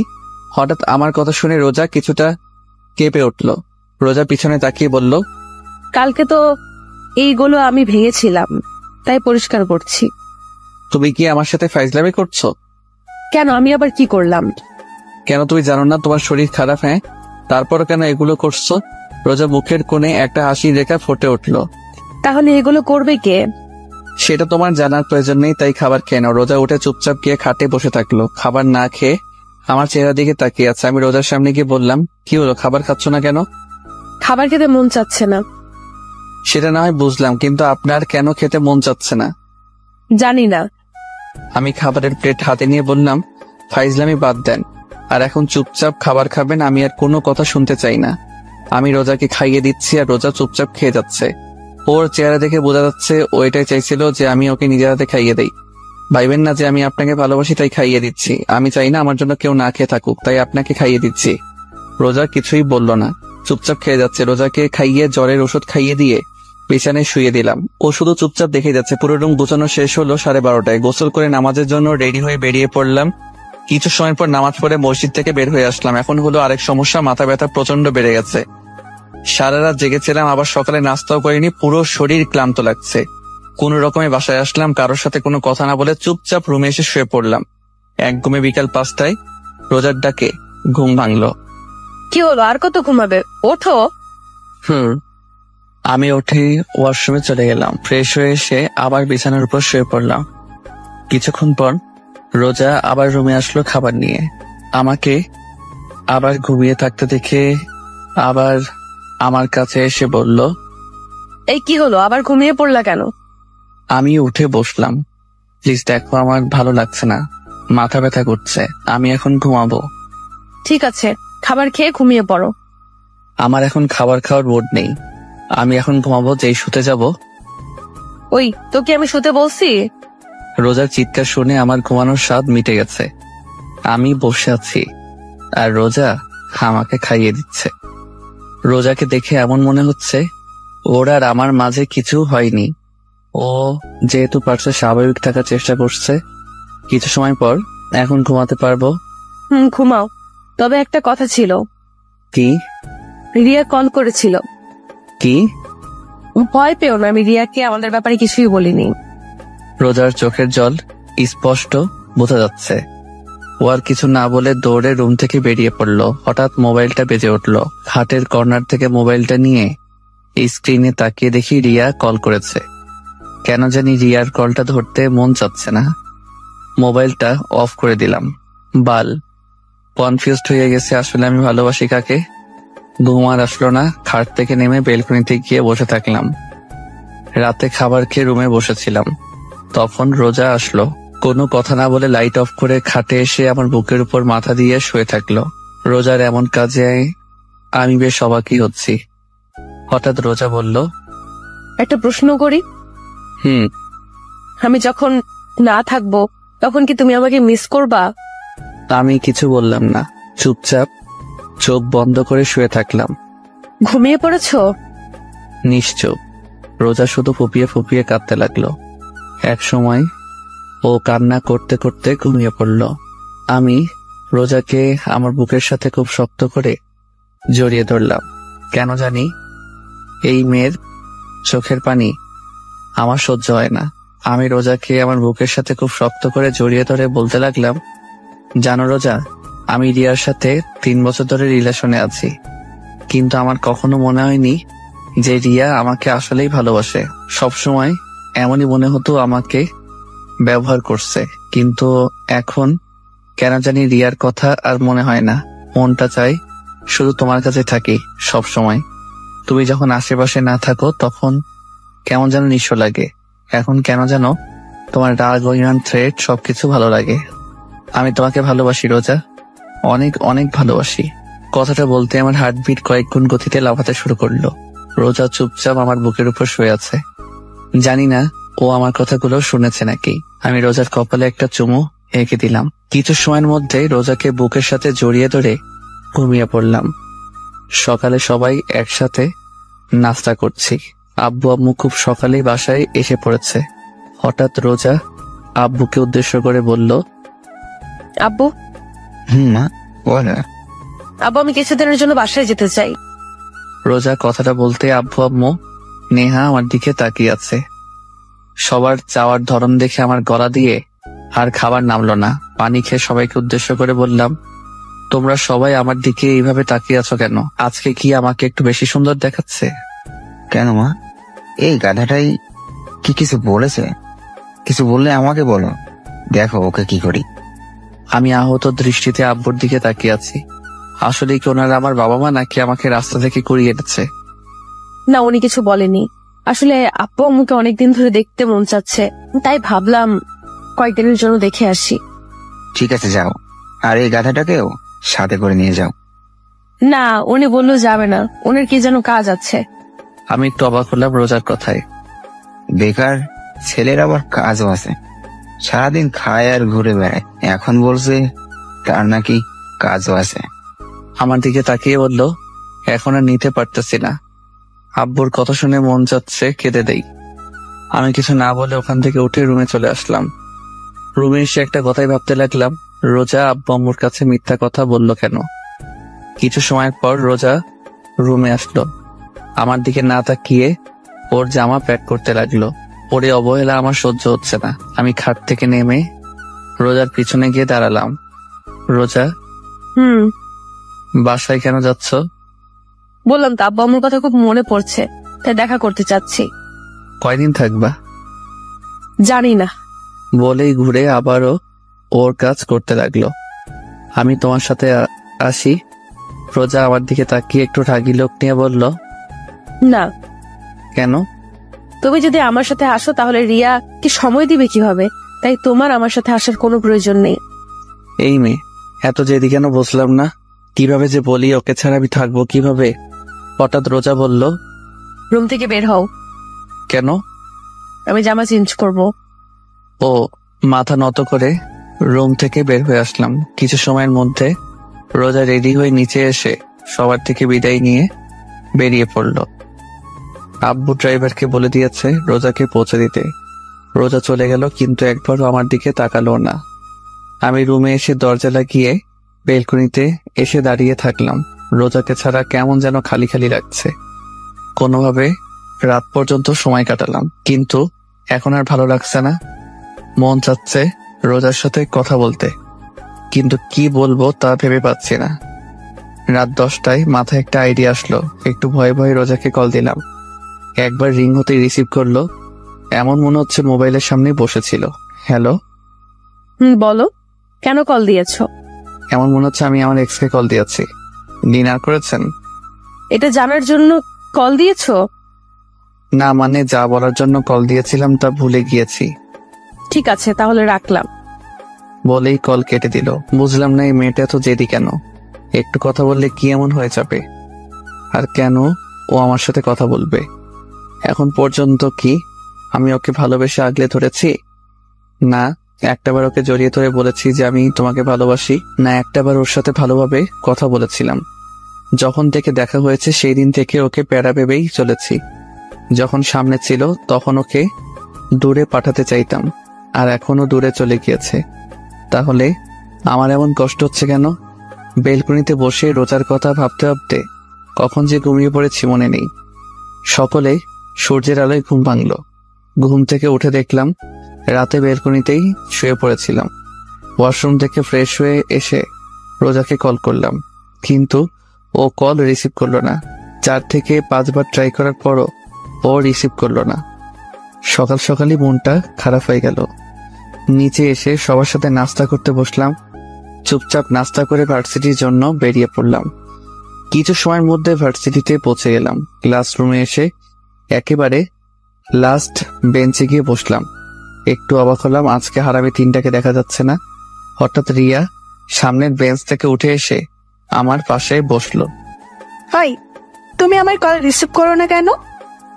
আস্তে আস্তে বলল, কারণ ম্যাডাম ক্লাস নিচ্ছেন। এখন ক্লাস করো, পরে কথা বলি। রিয়ার সাথে এখন কথা বলার কোনো ইচ্ছাই নাই। চলো না বাইরে যাই। আমি রিয়ার কথার কোনো উত্তর দিলাম না, চুপচাপ ক্লাস করতে লাগলাম। ক্লাস শেষ করে বাইরে এসে দাঁড়িয়ে আছি। পকেট থেকে মোবাইলটা বের করে স্ক্রিনে না তাকিয়েই নাইমকে কল দিলাম। কল রিসিভ করতেই বলল, ওই তোমাকে বলেছি না আমাকে কল করবে না? ওই শালা, তুই আমার সাথে ফাইজলামি করছিস? ভালোভাবে কথা বলার তুই কোথায় এখন? ওই তুমি গাঁজা সেবন করেছো নাকি? কি আবল তাবল বকছো? কাকে কল দিয়েছো? স্ক্রিনে একবার তাকিয়ে দেখেছো? কাকে আবার কল করব? আমার বন্ধু নাইমকে কল। কথা বলতে বলতে স্ক্রিনে তাকিয়ে দেখি আমি ভুলে রোজাকে কল দিয়ে ফেলেছি। সো সরি, আসলে ভুলে কল গিয়েছে। আমি জানি তুমি ভুলে কল দিয়েছো নাকি নিজ ইচ্ছায় কল দিয়েছো। আরে বললাম তো ভুলে কল চলে গিয়েছে। আর আপনি কথা এমন বাড়াচ্ছেন কেন? কি আমি কথা বেড়াচ্ছি? আরে তোর মতো ছেলেদেরকে আমার চিনা আছে, নিজ ইচ্ছায় কল দিয়ে বলে ভুলে চলে গিয়েছে। ঢং করছিস তুই আমার সাথে? দেখো, তুমি ভুল বুঝতেছো। তোমার সাথে কথা বলার আমার কোনো ইচ্ছাই নেই, আর আমার অনেক কাজ আছে। আর ভালোভাবে কথা বলো, তুই করে কিন্তু আমিও বলতে পারি। বাহ, বেকার ছেলের আবার কাজও আছে। কলটা কেটে দিলাম। প্রচুর রাগ উঠতেছে। যে কোনো ভাবে এই বেকার নামের ট্যাগটা সরাতে হবে। রোজার বলা কথাগুলোই প্রচুর রাগ উঠতেছে। বললাম যে ভুলে কল চলে গিয়েছে, তা না শুনে তুইটাই শুরু করে দিয়েছে। রিয়া পিছন থেকে অনেকবার ডাকতেছিল, কিন্তু ওর সাথে কোনো কথা না বলে ক্যাম্পাস থেকে বের হয়ে আসলাম। এখন উদ্দেশ্য হচ্ছে চৌধুরী ইন্ডাস্ট্রিজ। কিছু সময়ের মধ্যে পৌঁছে গেলাম। কোম্পানির ভিতরে ঢুকে আব্বুর কেবিনের দিকে যাচ্ছি। হঠাৎ আব্বুর পিএ শামসুল হক, বয়স 47 হবে, সামনে এসে বলল, আরে বাবা, কেমন আছো? উনি আমার বড়, তাই স্যার ডাকতে মানা করেছি। তাই উনি আমাকে বাবা বলে ডাকেন। আঙ্কেল, আমি ভালো আছি, আপনি কেমন আছেন? আর আব্বু কি কেবিনে? আমিও ভালো আছি। আর বড় স্যার তো এখন একটা ইম্পর্টেন্ট মিটিং এ আছেন। তুমি কেবিনে বসো, আমি বড় স্যারকে বলছি। আমি ওনার সাথে আর কোনো কথা না বলে মিটিং রুমের দিকে এগোচ্ছি। রুমের দরজা খুলে পেছনে ঢুকে দেখলাম আব্বু আসলে অনেক ইম্পর্টেন্ট একটা মিটিং করছিল, কারণ অনেক লোক ছিল রুমে। সবাই আমার দিকে তাকিয়ে আছে। আব্বু, তোমার সাথে কথা ছিল। কেবিনে গিয়ে একটু ওয়েট করো, মিটিং শেষ পর্যায়ে। আব্বু, তোমার সাথে জরুরি কথা আছে। আব্বু একটু অবাক হলো, তারপর কিছু না বলে মিটিং রুম থেকে বের হয়ে তার কেবিনে আসলাম। আসতে আব্বু বলল, আপনার চরণ আমার কোম্পানিতে ফেলে। আমার কোম্পানিটা ধন্য হওয়া। তুমি কি আমার সাথে মজা নিচ্ছ? আচ্ছা বলো, কি তোমার এমন জরুরি তলব যার জন্য মিটিং রুম থেকে নিয়ে আসলে? কিছুদিন আগে তুমি আমাকে যে অফারটা দিয়েছিলে সেটা কি এখনো আছে? কোনটার কথা বলতেছ? যেটা এখন তোমার মাথায় চলছে। আমার মাথায় এখন চলছে সেই 6 মাস আগের ঘটনা, যেটা তুমি অফিসের প্রথম দিনেই করেছিলে। 6 মাস আগে আমি কি এমন করেছিলাম? ফ্ল্যাশব্যাক। আমি, নেহার আব্বু আম্মু বসে সকালে নাস্তা করছিলাম। হঠাৎ আব্বু বলল, নীল। আমি খাবার খাওয়া বাদ দিয়ে আব্বুর দিকে তাকিয়ে আছি আর মনে মনে দোয়া করছি, কারণ আব্বু যতদিন আমাকে খাবার টেবিলে ডেকেছে কোনো না কোনো বাস আমি অবশ্যই পেয়েছি। হঠাৎ নেহা আমাকে হালকা ধাক্কা দিয়ে বলল, ওই ভাইয়া, কি ভাবছিস? বেশি কিছু না, আব্বু আমাকে কোন বাস দেবে সেটা পরিকল্পনা করতেছি। কি বললি? না, কিছু না। নীল, আজকে তুমি আমার সাথে অফিসে যাইবা। ও, শুধু আজকেই? এটা কোনো ব্যাপার না। আজকেই না, শুধু প্রত্যেকদিন যেতে হবে। মান্ডাল, আব্বু প্লিজ এই অত্যাচার আমার উপরে করো না।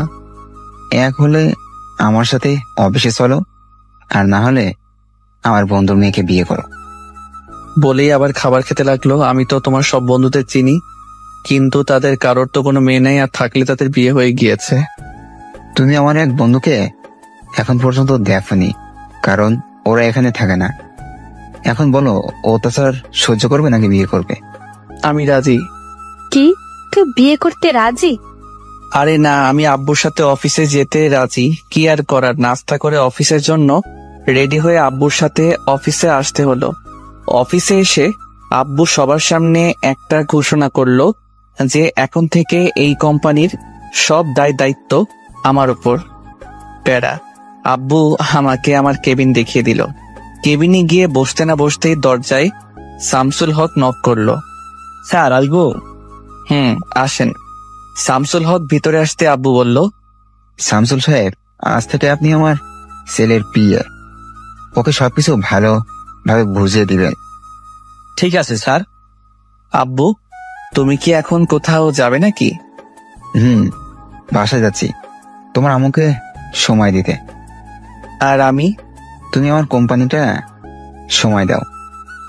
3টা ঘন্টা শামসুল হক মানে আমার পিএ আমার মাথা খাইলো।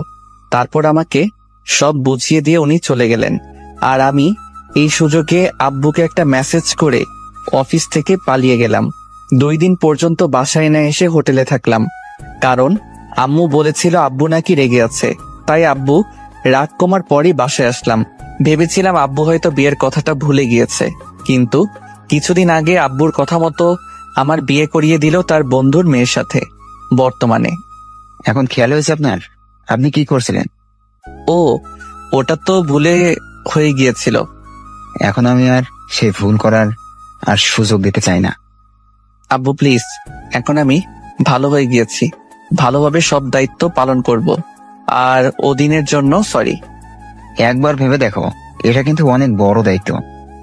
এই বেকার নামের ট্যাগটা সরাতে আমি সব করতে রাজি।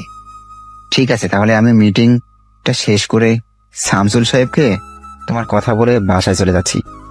ঠিক আছে। আব্বু চলে গেল। কিছু সময় পর শামসুল হক এসে আমাকে আগের মতো সবকিছু বুঝিয়ে দিতে লাগলো। সন্ধ্যা অফিস থেকে বের হলাম। আজকের দিনটা কেমন যেন লাগছে। আজকে থেকে আর কেউ আমাকে বেকার বলবে না, এটা ভেবে এক অন্যরকম ভালো লাগা কাজ করছে। রিকশায় করে বাসায় আসলাম। বাসায় আসতে কারোর সাথে কোনো কথা না বলে দিলাম এক ঘুম। রাত 10টায় ঘুম থেকে উঠলাম, ফ্রেশ হয়ে নিচে আসলাম।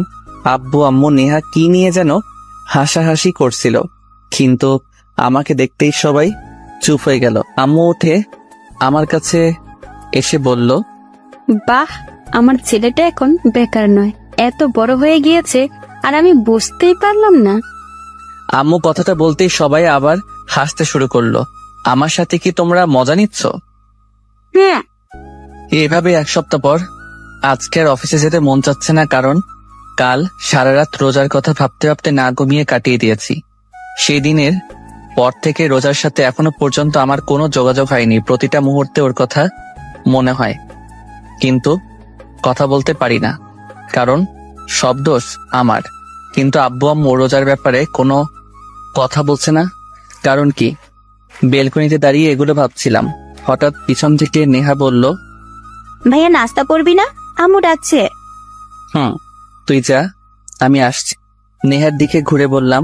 নেহা আমার সামনে এসে আমাকে জড়িয়ে ধরে বলল, ভাইয়া, তুই কি কোনো ব্যাপার নিয়ে আপসেট? না, কেন, কি হয়েছে? নেহার মাথায় হাত বুলিয়ে বললাম, কিছুদিন ধরে দেখছি তুই কেমন যেন মনমরা হয়ে আছিস। তুই যদি আমার সেদিনের কথার জন্য কষ্ট পেয়ে থাকিস, তাহলে আমাকে মাফ করে দে। ওরে আমার পাগলি বোন রে, আমি কি একবারও বলেছি আমি কোনো ব্যাপার নিয়ে আপসেট? পাগলি, এত বেশি বুঝিস কেন? সত্যি তো তুই কোনো ব্যাপার নিয়ে আপসেট না? না। তাহলে একটা কথা বলি। এতক্ষণ যাবত তো বকবক করেই যাচ্ছিস, এখন একটা কথা বলতে আবার পারমিশন লাগে? আয় না, আজকে বিকেলে কোথাও ঘুরতে যায়। আমি নেহার কথা শুনেও না শোনার ভান করে দৌড়ে রুম থেকে বের হয়ে নিচে চলে আসলাম, আর নেহা আমার পিছন পিছন দৌড়ে চলে আসলো। আব্বু আগেই অফিসে চলে গিয়েছে, তাই আমি, আম্মু আর নেহা একসাথে নাস্তা করছি। নেহা বকবক করেই যাচ্ছে। আম্মু, ওকে কিছু বলো না প্লিজ। আম্মু, ওকে বলো না আমাকে ঘুরতে নিয়ে যেতে। আমাকে তোদের ভাই বোনের ঝগড়ায় জড়াইয়া দিবি না, তোদেরটা তোরাই সমাধান কর। তুই আমার সাথে যাবি কেন? তোর বয়ফ্রেন্ডের সাথে যা। শোন, আমার কোনো বয়ফ্রেন্ড নেই, আর বিয়ের আগে রিলেশন করা হারাম। আর বিয়ের পর আমার স্বামীর সাথে ঘুরবো, তোকে বলবো না। এখন বল, নিয়ে যাবি নাকি? নেহার কথাটা শুনতেই রোজার কথা মনে পড়ে গেল। ও পাগলি মেয়েটাও তো আমাকে প্রত্যেক দিন এই একই কথাই বলতো, কিন্তু আমি তখন ওর কথার কোনো মূল্য দিতাম না। ওই ভাইয়া, কি ভাবছিস? বল না, নিয়ে যাবি নাকি? আচ্ছা ঠিক আছে, নিয়ে যাব। এখন আমার মাথা না খেয়ে খাবার খা। বিকেলে আসর নামাজ আদায় করে বাড়িতে আসলাম। তারপর নেহাকে নিয়ে ঘুরতে বের হলাম। নেহার সাথে ঘুরতে ঘুরতে রাত 8টা বেজে গেল। হঠাৎ নেহা বলল, ভাইয়া, অনেক ক্ষুধা লেগেছে, রেস্টুরেন্টে চল। ঠিক আছে চল। নেহাকে নিয়ে একটা রেস্টুরেন্টে আসলাম। রেস্টুরেন্টে গিয়ে এক টেবিলের দিকে আমার চোখ আটকে গেল, কারণ রিয়া একটা ছেলের সাথে বসে আছে। আমি নেহাকে নিয়ে অন্য পাশ দিয়ে ঘুরে এসে রিয়াদের পিছনে টেবিলে বসলাম। এখান থেকে ওদের কথা স্পষ্ট শোনা যাচ্ছে। আমি নেহাকে বললাম খাবার অর্ডার করতে। হঠাৎ রিয়া যা বলল তার জন্য মোটেও প্রস্তুত ছিলাম না, কারণ পাশের ছেলেটাকে বলল, আবির, তুমি আমাকে কবে বিয়ে করবে? দেখো রিয়া, আমাকে আর কিছুদিন সময় দাও, আমি এখন একটু টেনশনে আছি। দেখো আবির, আমাকে ধোঁকা দিও না, কারণ আমার পেটে আমাদের দুজনের সন্তান আছে। প্লিজ যা করার তাড়াতাড়ি করো। রিয়ার কথা শুনে আমার মাথায় বাজ পড়ল। এই মেয়ের জন্য আমি রোজাকে এখন পর্যন্ত আমার বউ হিসেবে গণ্য করলাম না। ওর জন্য রোজাকে এত ভালোবাসার পরেও ওকে বলতে পারলাম না যে আমি তোমাকে ভালোবাসি। রোজা, মনটা চাচ্ছে এই মেয়েকে কষে কয়েকটা থাপ্পড় দেই। তারপরেও রাগটাকে চেপে রাখলাম শুধু নেহার জন্য। তারপর খাবার অর্ডার করলাম, আর আমার পেট রিয়ার কথা শুনে বড় হয়ে গিয়েছে। কিছু সময় পর নেহাকে নিয়ে বাসায় চলে আসলাম। বাসায় আসতেই সোজা আমার রুমে চলে আসলাম। মাথা প্রচুর গরম হয়ে আছে। রাগ কমাতে না পেরে সোজা ওয়াশরুমে চলে এসে শাওয়ার ছেড়ে ভিজতে লাগলাম। আধা ঘন্টা যাবৎ ভিজার পরেও মাথা ঠান্ডা হচ্ছে না। আর রাগ কন্ট্রোল করতে না পেরে সোজা দেয়ালে 4-5টা ঘুষি মারলাম। হাতের প্রচন্ড ব্যথায় মাথা কিছুটা ঠান্ডা হয়েছে। ঘন্টাখানেক ভিজার পরে ওয়াশরুম থেকে বের হয়ে আসলাম। বাম হাতটা প্রচন্ড ব্যথা করছে, কিন্তু মনের কষ্টের কাছে এই হাতের ব্যথা কিছুই না। হঠাৎ মনে হলো আমি তো পকেট থেকে মোবাইল, মানিব্যাগ কিছুই বের করিনি। মাথাটা আবার নষ্ট হয়ে গেল। প্রচুর জিদ নিয়ে পকেট থেকে মোবাইলটা বের করলাম। মোবাইলটা হাতে নিয়ে দেখি একেবারে ভিজে গিয়েছে। মনে আল্লাহর নাম নিতে নিতে পাওয়ার বাটনে ক্লিক করতে দেখলাম মোবাইলে এখনো পর্যন্ত বেঁচে আছে। মানে মোবাইলে ওয়াটারপ্রুফ ছিল, তাই কিছু হয়নি। জামা কাপড় চেঞ্জ করে মোবাইলটা হাতে নিয়ে রোজাকে কল করলাম, কিন্তু আমার যে সুন্দর ভাগ্য, মন চাচ্ছে মোবাইলটাকে সুন্দরভাবে শরীরের প্রচন্ড শক্তি দিয়ে ফ্লোরে এমনভাবে ছুঁড়ে মারি যেন শালাই টুকরো টুকরো হয়ে যায়। কিন্তু কি করবো, এটা রোজার দেয়া প্রথম গিফট। এত বড় কোম্পানির মালিক, অথচ আমার মোবাইলে ব্যালেন্স শেষ। এক বালতি কষ্ট নিয়ে নেহার রুমে আসলাম। নেহা, তোর মোবাইলটা একটু দে তো। কেন? একটু দরকার আছে। নেহা আর কোনো কথা না বলে মোবাইলটা আমার দিকে বাড়িয়ে দিল।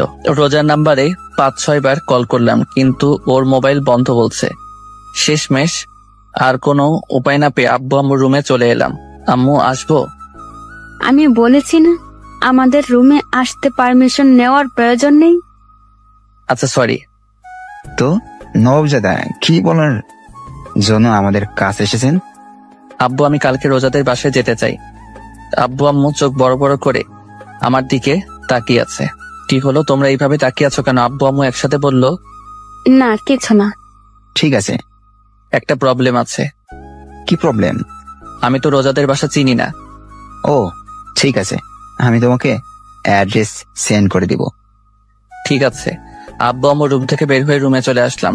মাথাটা প্রচন্ড ব্যথা করছিল, তাই ঘুমিয়ে পড়লাম। সকালে ঘুম থেকে উঠে বাম হাতের দিকে তাকিয়ে দেখলাম হাতটা কিছুটা ফুলে গিয়েছে।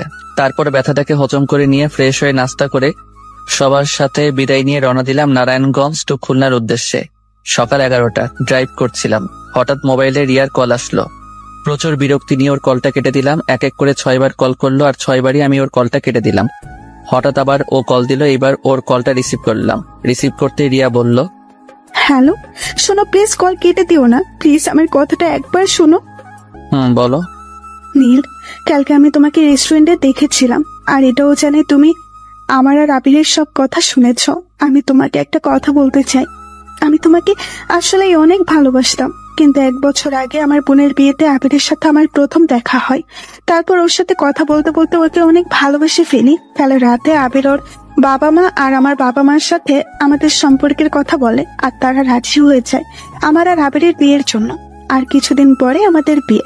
প্লিজ নীল, আমাকে মাফ করে দাও, আমাকে ভুলে যাও। আমি জানি তুমি আমাকে অনেক রিয়া, 1 মাস আগে আমার বিয়ে হয়ে গিয়েছে। আমার কথা শুনতে রিয়া একদম চুপ হয়ে গেল, কোনো আওয়াজ হচ্ছে না। আমি আর কিছু না বলে কলটা কেটে দিলাম। প্রায় 10 ঘন্টা জার্নি করে অবশেষে খুলনা পৌঁছালাম। সন্ধ্যা 6টা, রোজাদের বাড়ির সামনে দাঁড়িয়ে আছি। ভিতরে ঢুকতে কেমন যেন ভয় লাগছে। বেশি কিছু না ভেবে কলিং বেল বাজালাম। কিছু সময় পর রোজা এসে দরজা খুলে দিল। রোজা আমাকে দেখতেই ভূত দেখার মতো চমকে উঠলো, আর আমি রোজাকে দেখে একটু অবাক হলাম, কারণ ওর চেহারা একেবারে শুকিয়ে আছে। কি হলো, এমন ভাবে তাকিয়ে আছো কেন? তুই এখানে কেন? আমি এখানে কেন মানে? রোজা যেই কিছু বলতে যাবে তার আগে ভিতর থেকে রোজার আব্বু বলে উঠলো, রোজা মা, কে এসেছে? রোজা কিছু বলতে যাবে তার আগে আমি রোজাকে পাশ কাটিয়ে ভিতরে চলে আসলাম, কারণ রোজা হয়তো এই জন্মে আমাকে বাসার ভিতরে ঢুকতে দিবে না। রোজা আমার পিছন পিছনে আসছে আর আমার 14 গোষ্ঠী উদ্ধার করছে। হলরুমে এসে দেখলাম রোজার আব্বু আম্মু সোফায় বসে আছে। রোজার বাবা আমাকে দেখতেই বলল, আরে বাবা নীল, কেমন আছো? আসসালামু আলাইকুম আঙ্কেল আন্টি, আমি ভালো আছি, আপনারা কেমন আছেন? ওয়ালাইকুম সালাম। আমরা ভালো আছি। তো আমার মেয়েটাকে এতদিন আগে পাঠিয়ে দিয়ে তুমি এত লেট করে আসলে কেন? সরি আন্টি, আসলে একটু কাজ ছিল তাই আসতে একটু দেরি হয়ে গিয়েছে। আরে ছেলেটা মাত্র আসলো, ওকে একটু রেস্ট করতে দাও। ঠিক আছে রোজা মা, যা নীলকে রুমে নিয়ে যা। রোজা আমার পিছনে দাঁড়িয়েছিল। পিছনে ঘুরে রোজার দিকে তাকিয়ে আমি ভয় পেয়ে গেলাম, কারণ ও ভুরু কুচকিয়ে আমার দিকে তাকিয়ে আছে। ওর আম্মুর কথা শুনতে আমার কাছে এসে রাগী লোক নিয়ে বলল, ঠিক আছে আম্মু, আমার পেছন পেছন আসেন। রোজা সামনে সামনে হাঁটতে লাগলো আর আমি ওর পিছন পিছন আল্লাহর নাম নিয়ে হাঁটতে লাগলাম। না জানি এই মেয়ে আমার কি অবস্থা করে। যেই লোক নিয়ে তাকিয়েছিল না জানি কি হয়। কিছু সময় পর রোজা একটা রুমের ভিতর ঢুকলো। আমি রুমের ভিতরে ঢুকতেই রোজা আমাকে ধাক্কা মেরে ফ্লোরে ফেলে দিল। ও মাগো, চিৎকার করতেও দিল না, তার আগেই ও আমার মুখ চেপে ধরে বলতে লাগলো, চুপ, একদম চুপ, চিৎকার দিবি না, চিৎকার করলে একেবারে মেরে ফেলবো। একেবারে রেগে গিয়ে ওর চোখ লাল বর্ণ ধারণ করেছে। আর এইদিকে আমার অবস্থা গলাকাটা মুরগির মতো। ফ্লোরে পড়ার সময় আমার বাম হাত কোমরের নিচে ছিল আর ফ্লোরে পড়তে অবস্থা টাইট। হঠাৎ রোজা খেয়াল করলো আমার চোখ দিয়ে পানি পড়ছে। তারপরেও আমাকে না ছেড়ে আমার বুকের উপর বসে দুহাত দিয়ে আমার গলা টিপে ধরলো। আমি না পারতেছি বলতে আর না পারতেছি সহ্য করতে। হঠাৎ রোজা বলতে লাগলো, তুই এখানে কেন এসেছিস? তোর সাথে আমার আর কোনো সম্পর্ক নেই। তুই এক্ষুনি এই বাসা থেকে বের হয়ে যাবি, না হলে তোকে একেবারে মেরে ফেলবো। যা তোর প্রেমিকার কাছে যা। এখানে এসেছিস কেন? কথাগুলো বলতে বলতে রোজা নিজেই কেঁদে ফেললো। রোজার অবস্থা দেখে বুঝতে পারলাম ও প্রচুর অভিমান করেছে, সাথে রেগেও আছে। ও এখন পর্যন্ত আমার গলায় টিপ দিয়ে রাখছে। এখন আমার দম প্রায় বন্ধ হয়ে আসছে। হঠাৎ রোজা আমাকে ছেড়ে দিয়ে আমার উপর থেকে উঠে বেলকনিতে চলে গেল। হয়তো ও ওর চোখের পানি লুকানোর চেষ্টা করছে। রোজা আমাকে ছাড়তে আমি গলা ধরে কাশতে লাগলাম, আর হাতের ব্যথা বলার মতো না। কিছু সময় পর আমি উঠে বেলকনির দিকে আসলাম। বেলকনিতে আসতে দেখলাম ও ফ্লোরে বসে কান্না করছে। আমি রোজার কাঁধে হাত রাখতেই ও কিছুটা কেঁপে উঠলো। সরি, জানি একটা সরিতে তো আর সবকিছু ঠিক হয়ে যাবে না, তারপরে বললাম, তোর শরীর খেতায় আগুন, হাত সরা আমার শরীর থেকে। রোজা উঠে ওর রুম থেকে বাইরে চলে গেল। বুঝতে পারলাম ও প্রচুর পরিমাণে অভিমান করে আছে। এত সহজে ওর এই অভিমান ভাঙা সম্ভব না। আমি বেলকনিটা না থেকে রুমে আসলাম। এতক্ষণ যাবৎ আমি রোজার রুমে ভালোভাবে তাকাইনি। রোজার রুমটা দেখে বেশ অবাক হলাম। ওর রুমটা পুরো গুছানো, সবকিছু সুন্দর করে সাজানো হয়েছে। কিন্তু আমার অবাক হওয়ার কারণ এটা না। আমার অবাক হওয়ার কারণ হচ্ছে বাম পাশের পুরো দেয়ালে রোজার আর একটা মেয়ের ছবি লাগানো। মেয়েটা রোজার থেকে কিছুটা বেশি সুন্দর আর মায়াবীও। কিন্তু আমি যতটুকু জানি রোজার তো কোনো বোন নেই, তাহলে এটাকে। আমি ওয়াশরুমে চলে গেলাম ফ্রেশ হওয়ার জন্য। কিছু সময় হাতের কবজি পানিতে ভিজিয়ে রাখলাম, কারণ আগের তুলনায় এখন আরো বেশি ফুলে গিয়েছে। কিছু সময় পর ফ্রেশ হয়ে ওয়াশরুম থেকে বের হলাম। বের হতে দেখলাম রোজা খাটে বসে নাস্তা খাচ্ছে। রোজা যেন আমার হাতটা না দেখে, তাই কবজি পর্যন্ত পকেটে ঢুকিয়ে রাখলাম। রোজা শুধু সাপের মতো ফোঁস করতেছে আর খেয়েই যাচ্ছে। ওকে এইভাবে দেখে আমার ভয় করছে, আবার হাসিও পাচ্ছে, কারণ প্রচন্ড রাগের কারণে ওর নাক, গাল, চোখ একেবারে লাল হয়ে আছে। আমি রোজার সামনে গিয়ে বললাম, এত জিদ করলে তোমার ব্লাড প্রেশার বেড়ে যাবে। আমার শরীর আমি যা মন চায় তা করবো, তোর কি? আর তুই আমার বিছানায় বসেছিস কেন? বলেই আমাকে আবার ধাক্কা দিল আর আমি খাট থেকে সোজা ফ্লোরে পড়ে গেলাম। আর পড়তেই আমার জান যায় যায় অবস্থা। একেবারে চুপ হয়ে রোজার দিকে তাকিয়ে কান দিয়ে গরম হাওয়া বের হচ্ছে। রোজা আমার অবস্থা দেখে অদ্ভুত দৃষ্টিতে তাকিয়ে আছে। রাতে সবাই একসাথে ডিনার করলাম। কিছু সময় কথা বলে রোজার সাথে রুমে চলে আসলাম। রুমে আসতেই রোজা বিছানায় পুরো মাঝ বরাবর শুয়ে পড়লো আর আমি অসহায় দৃষ্টিতে দাঁড়িয়ে ওর দিকে তাকিয়ে আছি। অনেকক্ষণ হয়ে গেল, এখন আর দাঁড়িয়ে থাকা সম্ভব না, তাই সোফায় বসে পড়লাম। অনেক চেষ্টা করছি যেন ও একবার আমার দিকে তাকায়, কিন্তু তাকাচ্ছেই না। শেষমেশ আর কোনো জায়গা না পেয়ে সোফাতে শুয়ে পড়লাম। কখন যে ঘুমিয়ে পড়লাম বুঝতে পারলাম না। সকালে ঘুমিয়েছিলাম, হঠাৎ হাতে কেমন যেন ঠান্ডা ঠান্ডা অনুভব হচ্ছে, সাথে এমন লাগছে কে যেন কান্না করছে। হালকা চোখ খুলে দেখি রোজা আমার বাম হাতে বরফ ঘষে দিচ্ছে আর কান্না করছে। ও কান্না কেন করছে তা বুঝতে পারলাম না। হঠাৎ ও বলতে লাগলো, একবার শুধু ঘুম থেকে উঠে দেখো তোমাকে কি করি। আমাকে কাঁদাতে কি তোমার ভালো লাগে যে এত কাঁদাও? যখন থেকে আসছি তখন থেকে শুধু কষ্ট দিয়েই যাচ্ছ। আমাকে কষ্ট দিচ্ছ তা আমি মেনে নিলাম, কিন্তু তুমি নিজের হাতটার এই অবস্থা করলে কিভাবে? কালকে ধাক্কা দিয়ে ফেলে দিয়েছিলাম তার জন্য হয়েছে নাকি আবার? নাকি কালকে আসার সময় আবার ওনার অ্যাক্সিডেন্ট হয়েছিল নাকি? এতক্ষণ যাবৎ রোজা কেঁদে কেঁদে এগুলো বলেই যাচ্ছিল। হঠাৎ রোজা উঠে বেলকনির দিকে দৌড় দিল। বেলকনি থেকে গাড়ি পার্কিং এর জায়গা দেখা যায়। আমার জানা মতে ও আমার গাড়ি দেখতে বেলকনিতে গিয়েছে, যে আসলে আমার অ্যাক্সিডেন্ট হয়েছিল নাকি। কিছু সময় পর আবার এসে হাতে বরফ ঘষে দিতে লাগলো। রোজার কাণ্ড কারখানা দেখে আমার প্রচন্ড হাসি পাচ্ছে, কিন্তু হাসতে পারছি না। ও যেই থ্রেড দিয়েছে আমি চোখ হালকা খুলে রেখেছিলাম।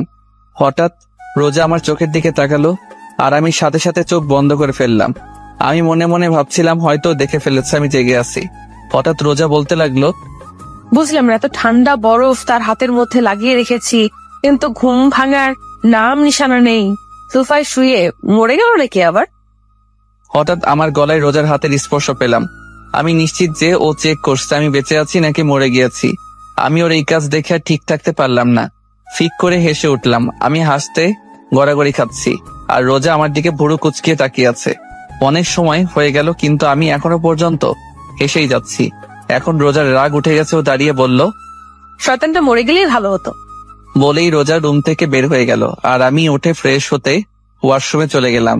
কিছু সময় পর ফ্রেশ হয়ে নিচে এসে সবার সাথে নাস্তা করে আবার রুমে চলে এলাম। রুমে এসে সোজা বেলকনিতে চলে এলাম। কিছু সময় পর রোজা রুমে আসলো। রোজাকে দেখে আমিও বেলকনি থেকে রুমে চলে আসলাম। রুমে আসতে দেখলাম রোজা মুখ ফুলিয়ে খাটে বসে আছে। ওকে এইভাবে দেখতে অনেক কিউট লাগছে। এখন আর খাটে বসলাম না, যদি আবার ধাক্কা মেরে ফেলে দেয়। তাই সোফায় গিয়ে বসলাম, আর এক দৃষ্টিতে রোজার দিকে তাকিয়ে থাকলাম। রোজা অন্যদিকে মুখ ঘুরিয়ে নিল, কিন্তু কিছুক্ষণ পরপরই আমার দিকে তাকাচ্ছে। ওর এইভাবে তাকানো দেখে আমার অনেক ভালো লাগছে। আরো কিছু সময় তাকিয়ে থাকার পর হঠাৎ রোজা বলল, এই আপনি অযথা আমার দিকে তাকিয়ে আছেন কেন? রোজার এইভাবে কথা বলা অনেক মজা লাগছে, কারণ ও কিছুক্ষণ তুই করে বলে, কিছু সময় তুমি, আবার এখন আপনি করে বলছে। আমি ওকে রাগানোর জন্য বললাম, আপু আমি আপনার ছোট, তাই তুমি করে বললেই ভালো হবে। ব্যাস, কাজ হয়ে গিয়েছে। রোজা তো তেলে বেগুনে জ্বলে উঠল। ওই আপু কাকে বললা? হ্যাঁ, তোমাকে আর কাকে বলবো, এখানে তো আর কেউ নেই। আজকে তোকে ছাড়বো না। বলেই খাট থেকে নেমে এসে আমার সামনে দাঁড়িয়ে আমার টি শার্টের কলার ধরে টেনে তুলে বলল, আমি তোর বোন লাগি কুত্তা? বউকে বোন বলতে তোর লজ্জা করে না? কিন্তু আমার বউ তো আমাকে ভালোবাসে না। কে বলছে আমি তোকে ভালোবাসি না? আমি তোকে অনেক ভালোবাসি। সত্যি। রোজা লজ্জায় লাল হয়ে গেল, আমার থেকে সরে গিয়ে বেলকনিতে চলে গেল। আমি রোজার পিছন পিছন বেলকনিতে চলে আসলাম। রোজা এক মনে আকাশের দিকে তাকিয়ে আছে। আমি রোজার পাশে দাঁড়িয়ে বললাম, সরি। কেন? আপু বলার জন্য। রোজা কিছু বলল না। আচ্ছা তোমাকে একটা প্রশ্ন করি। দেয়ালে তোমার সাথে যে মেয়েটার ছবি, সেই মেয়েটা কে? আমার বেস্ট ফ্রেন্ড ফারিয়া। ও বলেই বাইরে তাকিয়ে রইলাম। ও আর বেঁচে নেই। কি? কেন, কি হয়েছিল? রোজা যা বলল তার জন্য মোটেও প্রস্তুত ছিলাম না, কারণ ওকে কিছু লোক ধর্ষণ করে মেরে ফেলেছে। হোয়াট? 6 বছর আগে একদিন আমি, ফারিয়া, রুহি আর মিম কলেজ থেকে বাসার দিকে ফিরছিলাম। সেদিন ফারিয়ার বার্থডে ছিল, তাই আমরা বললাম আজকে একটু ঘুরে তারপর বাসায় যাব। তারপর আমরা তাই করলাম। 4 জন একসাথে রাস্তায় হাঁটতে লাগলাম আর একে অপরকে পচাতে লাগলাম। রাস্তাটা একটু নিরিবিলি ছিল, তত একটা মানুষ ছিল না। হঠাৎ ফারিয়া বলল, দোস্ত তোরা আইসক্রিম খাবি? আমরা রাস্তার যেই পাশে ছিলাম তার বিপরীত একটা পাশে একটা দোকান ছিল। ফারিয়া হনহন করতে করতে দোকানে চলে গেল, আর আমরা 3 জন ফারিয়ার কাছ থেকে হাসাহাসি করছিলাম। কিছু সময় পর ফারিয়া দোকান থেকে আইসক্রিম নিয়ে আমাদের কাছে আসছিল। যেই রাস্তা পারাপার করতে যাবে সেই সময় ওর সামনে একটা গাড়ি এসে থামলো। গাড়ি থেকে ফারিয়ার এক্স বয়ফ্রেন্ড আর ওর এক বন্ধু বের হয়ে এসে ফারিয়াকে জোর জবরদস্তি করে গাড়িতে উঠিয়ে আবার চলে গেল। আর আমরা 3 জন ওখানেই দাঁড়িয়েছিলাম। আমরা ভেবেছিলাম হয়তো ওরা প্র্যাঙ্ক করছে, কিন্তু 10 মিনিট পার হয়ে গেল, কিন্তু ফারিয়ার আসার কোনো নাম নেই। ওর মোবাইল ট্রাই করলাম, কিন্তু মোবাইল বারবারই বন্ধ বলছে। এখন আমাদের 3 জনের টেনশন হতে লাগলো। আর কিছু না ভেবে ফারিয়ার আব্বুর কাছে কল দিলাম। ফারিয়ার আব্বু ব্যবসায়ী ছিলেন আর আম্মু স্কুল টিচার। কয়েকবার রিং হতেই কল রিসিভ করলো। তারপর তাকে পুরো ঘটনা খুলে বললাম। বিকেল 6টা পর্যন্ত সবাই ফারিয়াকে খুঁজেছি, কিন্তু কোথাও পাইনি। আর কোনো উপায় না পেয়ে আমার আব্বু, ফারিয়ার আব্বু আর ফারিয়ার মামা পুলিশের কাছে অভিযোগ করলো। পুরো 2 দিন পুলিশ ফারিয়াকে খুঁজেছে, কিন্তু তারাও পেল না। অবশেষে ফারিয়ার ছবি পত্রিকায় দেওয়া হলো। তৃতীয় দিন সকাল 10টা বাজে। আমরা সবাই ফারিয়াদের বাসায় ছিলাম। হঠাৎ ফারিয়ার আব্বুর মোবাইলে একটা কল আসলো, কিন্তু কেন জানি কল রিসিভ করার কিছু সময় পরে তিনি অজ্ঞান হয়ে পড়লেন। সবাই ফারিয়ার আব্বুকে ধরে রুমে নিয়ে গেল। আর এইদিকে আব্বু যেই কলটা আসছিল সেই নাম্বারে আবার কল দিল। আব্বু কিছু সময় কথা বলল। সবে আব্বুর থেকে জিজ্ঞেস করলে আব্বু বলে রাস্তার আবর্জনার পাশে পুলিশ একটা মেয়ের লাশ পেয়েছে। এটা ফারিয়া নাকি চেক করার জন্য যেতে বলেছে। কথাটা শুনতেই আমাদের সবার কলিজাটা কেঁপে উঠল। পুরো বাড়িতে আবার কান্নার রোল পড়ে গেল। কিছু সময়ের মধ্যেই আমরা সেই জায়গায় পৌঁছে গেলাম। পুলিশ বলল রাস্তার একজন লোক আবর্জনা পরিষ্কার করছিলেন, তখন তিনি দেখলেন একটা মেয়ে উলঙ্গ অবস্থায় একপাশে পড়েছিল। তারপর একজন লেডি কনস্টেবল পুলিশ আমাদের লাশের সামনে নিয়ে গেলেন। যখন লাশের শরীরের উপর থেকে কাপড় সরানো হলো তা দেখে আমার শরীরের পশম দাঁড়িয়ে গেল। একেবারে বাকরুদ্ধ হয়ে মাটিতে বসে পড়লাম। চোখ দিয়ে পানি পড়েই যাচ্ছে। ওর এক চোখ ফেটে গিয়েছে, ঠোঁট থেকে গাল পর্যন্ত চামড়া ছিঁড়ে ফেলেছে। পুরো চেহারায় ও হাজারো হাজারো মারের ছাপ স্পষ্ট দেখা যাচ্ছে। ওকে এমন ভাবে অত্যাচার করেছে যে ওর চেহারা ততটা চেনাই যাচ্ছিল না। পুরো শরীর জখম হয়েছিল, এমন মনে হচ্ছিল কলিজার উপর কেউ পাড়া দিয়ে ধরেছে। তারপর লাশটাকে পোস্টমর্টমের জন্য পাঠানো হলো। আর এইদিকে সবাই শকে চলে গেল ফারিয়ার এই অবস্থা দেখে। ফারিয়ার বাবা মা জিন্দা লাশের মতো চুপ করেছিল। তারপর ওকে কবর দেওয়া হলো, কিন্তু ওর বাবা মা ওকে শেষবারের মতো দেখার সুযোগ পাননি। 1 মাস পর্যন্ত পুলিশ আসামিদের খোঁজ করলেন, কিন্তু আসামি পলাতক থাকায় তারা খুঁজে পাননি। তারা খোঁজ না চালিয়ে কেস ক্লোজ করে দিল। কিন্তু এটা ফারিয়ার বাবা মা মেনে নিতে পারলো না। তারা পুলিশের পা পর্যন্ত ধরেছিল যেন ধর্ষণকারীদের শাস্তি হয়, কিন্তু পুলিশ কিছু করলেন না। বর্তমান তাহলে কি ওর দর্শনকারীদের কি কোনো শাস্তি হয়নি? রোজা চুপ হয়ে মাটিতে বসে কাঁদছে। আমি রোজার দুবাহু খুব শক্ত করে চেপে ধরে ওকে ধাক্কা দিয়ে বললাম, কি হলো, কথা বলছো না কেন? ওই শোরের বাচ্চাদের কি কোনো শাস্তি হয়নি?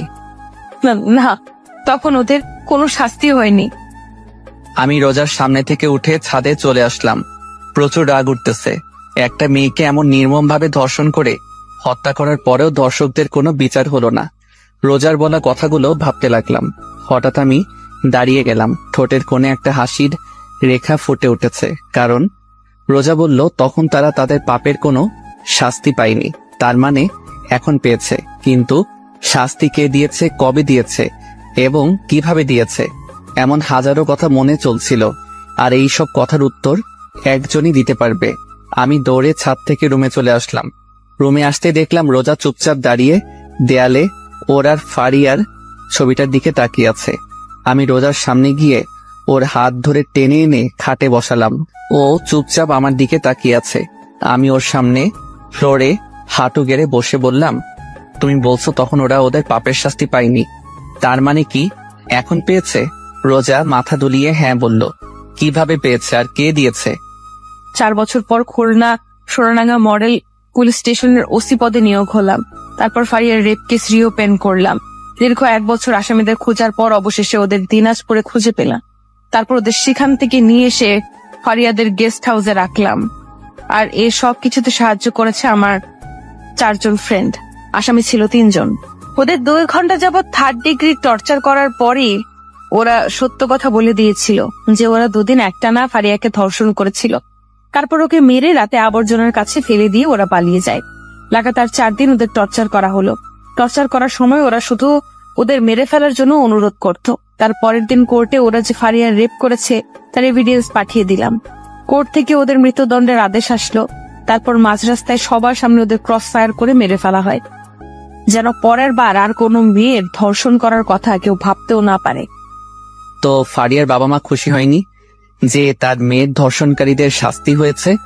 যেদিন ফারিয়ার রেপ কেস ক্লোজ করে দেওয়া হয় তার কিছুদিন পরে আঙ্কেল আন্টি সুইসাইড করে মারা যান। ও, তারপর রাতে ডিনার করে এসে বেলকনিতে বসে আছি আর রোজা রুমে চুপচাপ বসে আছে। বেশ কিছু সময় পর রুমে আসলাম। বিছানার একপাশে দাঁড়িয়ে বললাম, একটা কথা বলি। কি? আজকে বিছানায় শুই প্লিজ। না, বিছানায় জায়গা নেই, তুমি সোফায় গিয়ে ঘুমাও। প্লিজ, সোফায় শুইতে ভালো লাগে না, প্লিজ আজকে বিছানায় শুই। ওহো, আপনার বিছানায় ঘুমানোর কোনো প্রয়োজন নেই। এখন আপনি আসতে পারেন, আমার অনেক ঘুম পেয়েছে। বলেই রোজা শুয়ে পড়ল। বুঝলাম না এই মেয়ে এত জেদি কেন। একরাশ হতাশা নিয়ে সোফায় শুয়ে পড়লাম। অনেকক্ষণ যাবৎ ঘুমানোর চেষ্টা করছি, কিন্তু ঘুম আসছেই না। হঠাৎ রোজা বলল, কেউ যদি চায় বিছানায় এসে ঘুমাতে পারে, আমি কিছু মনে করব না। আমি শুনেও চুপচাপ চোখ বন্ধ করে শুয়ে আছি। কি হলো, কথা কানে যায়নি? বললাম কেউ যদি চায় বিছানায় এসে ঘুমাতে পারে। এইবার গলার আওয়াজটা শুনে মনে হচ্ছে ও হালকা রেগে গেছে। তারপরেও আমি চুপ করে রইলাম। হঠাৎ এমন মনে হলো কেউ আমার সামনে সাপের মতো ফোঁসফোঁস করছে। এক চোখ খুলে দেখি রোজা আমার সামনে দাঁড়িয়ে ফোঁসফোঁস করছে। আমি ভয়ে চোখ বন্ধ করে রাখলাম। কি হলো, আপনি কি শোনেননি? আপনাকে বিছানায় গিয়ে ঘুমানোর জন্য বললাম। আপনি কি আমাকে বলছেন? আপনাকে ছাড়া এই রুমে কি অন্য কেউ আছে? সরি আপু, আমি এখানে ঠিক আছি। আমার অনেক ঘুম পাচ্ছে, আপনি এখন আসতে পারেন। এই আপু কাকে বললা? হ্যাঁ, আপনাকে ছাড়া এই রুমে কি অন্য কেউ আছে? রোজা আমার গলায় টিপ দিয়ে বলল, তোমাকে আমি একেবারে মেরে ফেলবো আর একবার আমাকে আপু বললে। তো আপনাকে আমি কি বলবো? বউয়ের বাইরে যদি অন্য কিছু বলিস তাহলে তোকে মেরেই ফেলবো। কথাটা বলতেই রোজার রাগ এক মুহূর্তে লজ্জায় পরিণত হয়ে গেল, কারণ ও আমার বুকের উপর বসেছিল। সেকেন্ড মধ্যে আমার বুক থেকে নেমে গেল। বিছানায় গিয়ে ইন্ডিয়ার পাকিস্তানের বর্ডার বানিয়ে শুয়ে পড়ল।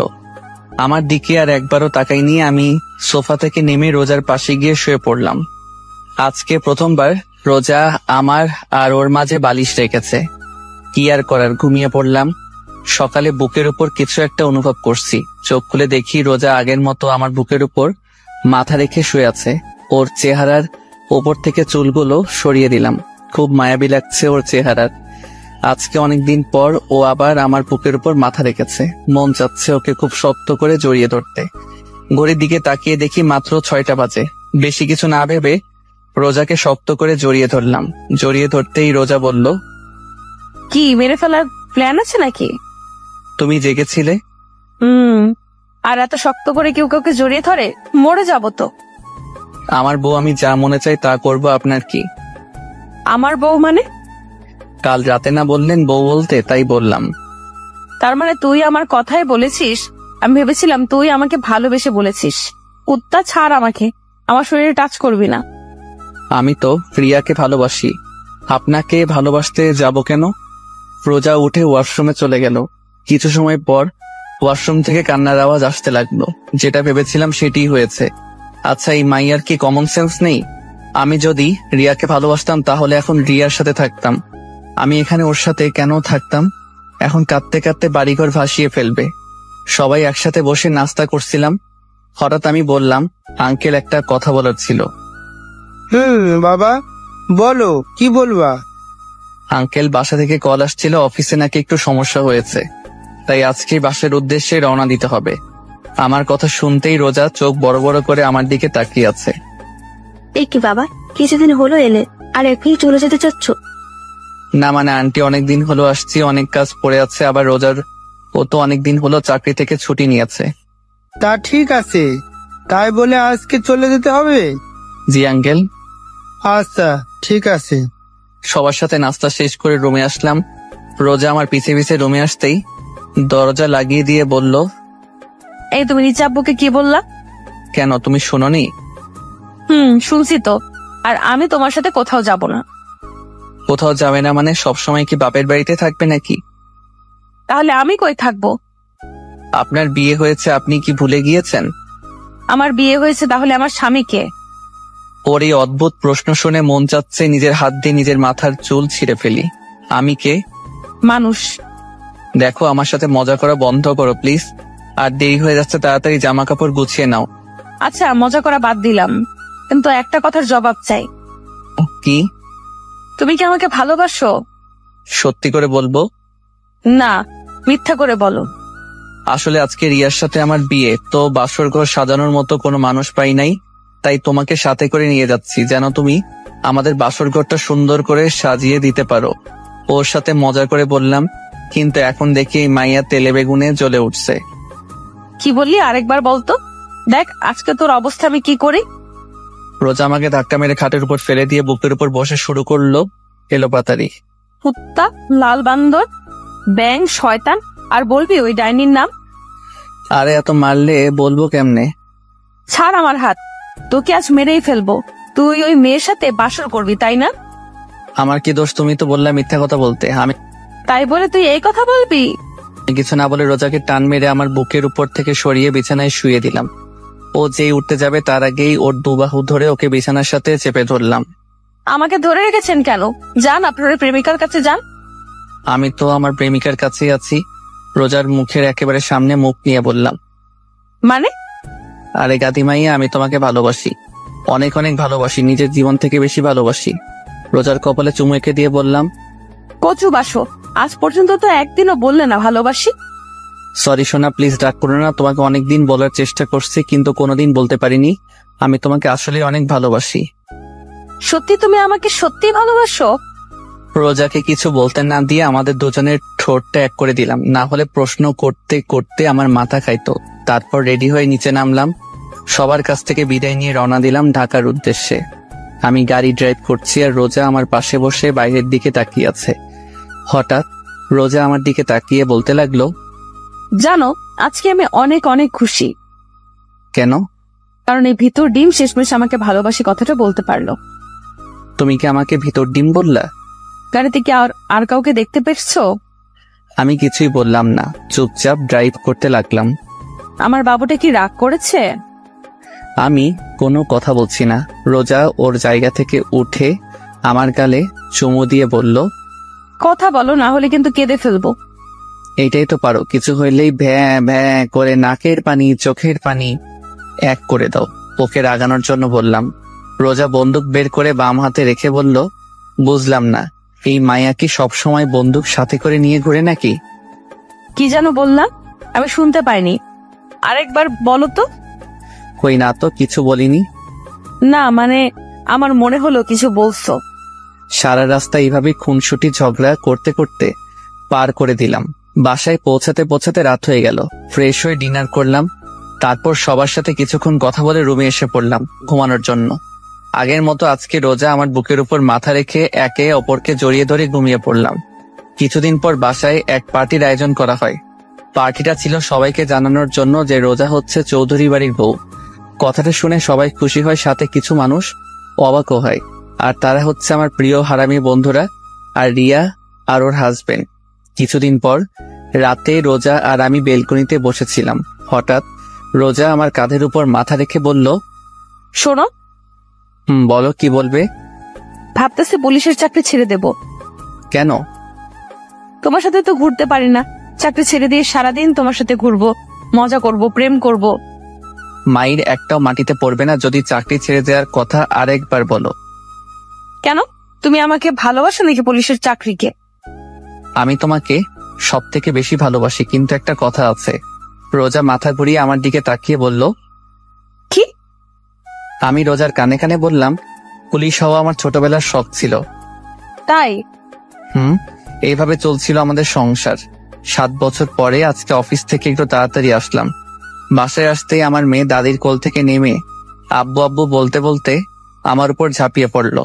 রোজা একটা প্রিন্সেস জন্ম দিয়েছে। কোলে তুলে গালে চুমু দিয়ে বললাম, আমার প্রিন্সেসটা আজকে সারাদিন কি কি করেছে। কথা বলে, আগে আমার চকলেট দাও।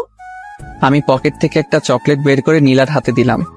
আমার মেয়ে চকলেট পেয়ে আমার পুরো চেহারা আদর করে বলে দিল, পুরো রোজার মতো হয়েছে। আমি নীলাকে নিয়ে রুমে এসে ওকে খাটে বসিয়ে বললাম, আম্মু তুমি বসে চকলেট খাও, আমি একটু ফ্রেশ হয়ে আসি। ঠিক আছে। নীলাকে খাটে বসিয়ে ফ্রেশ হতে গেলাম।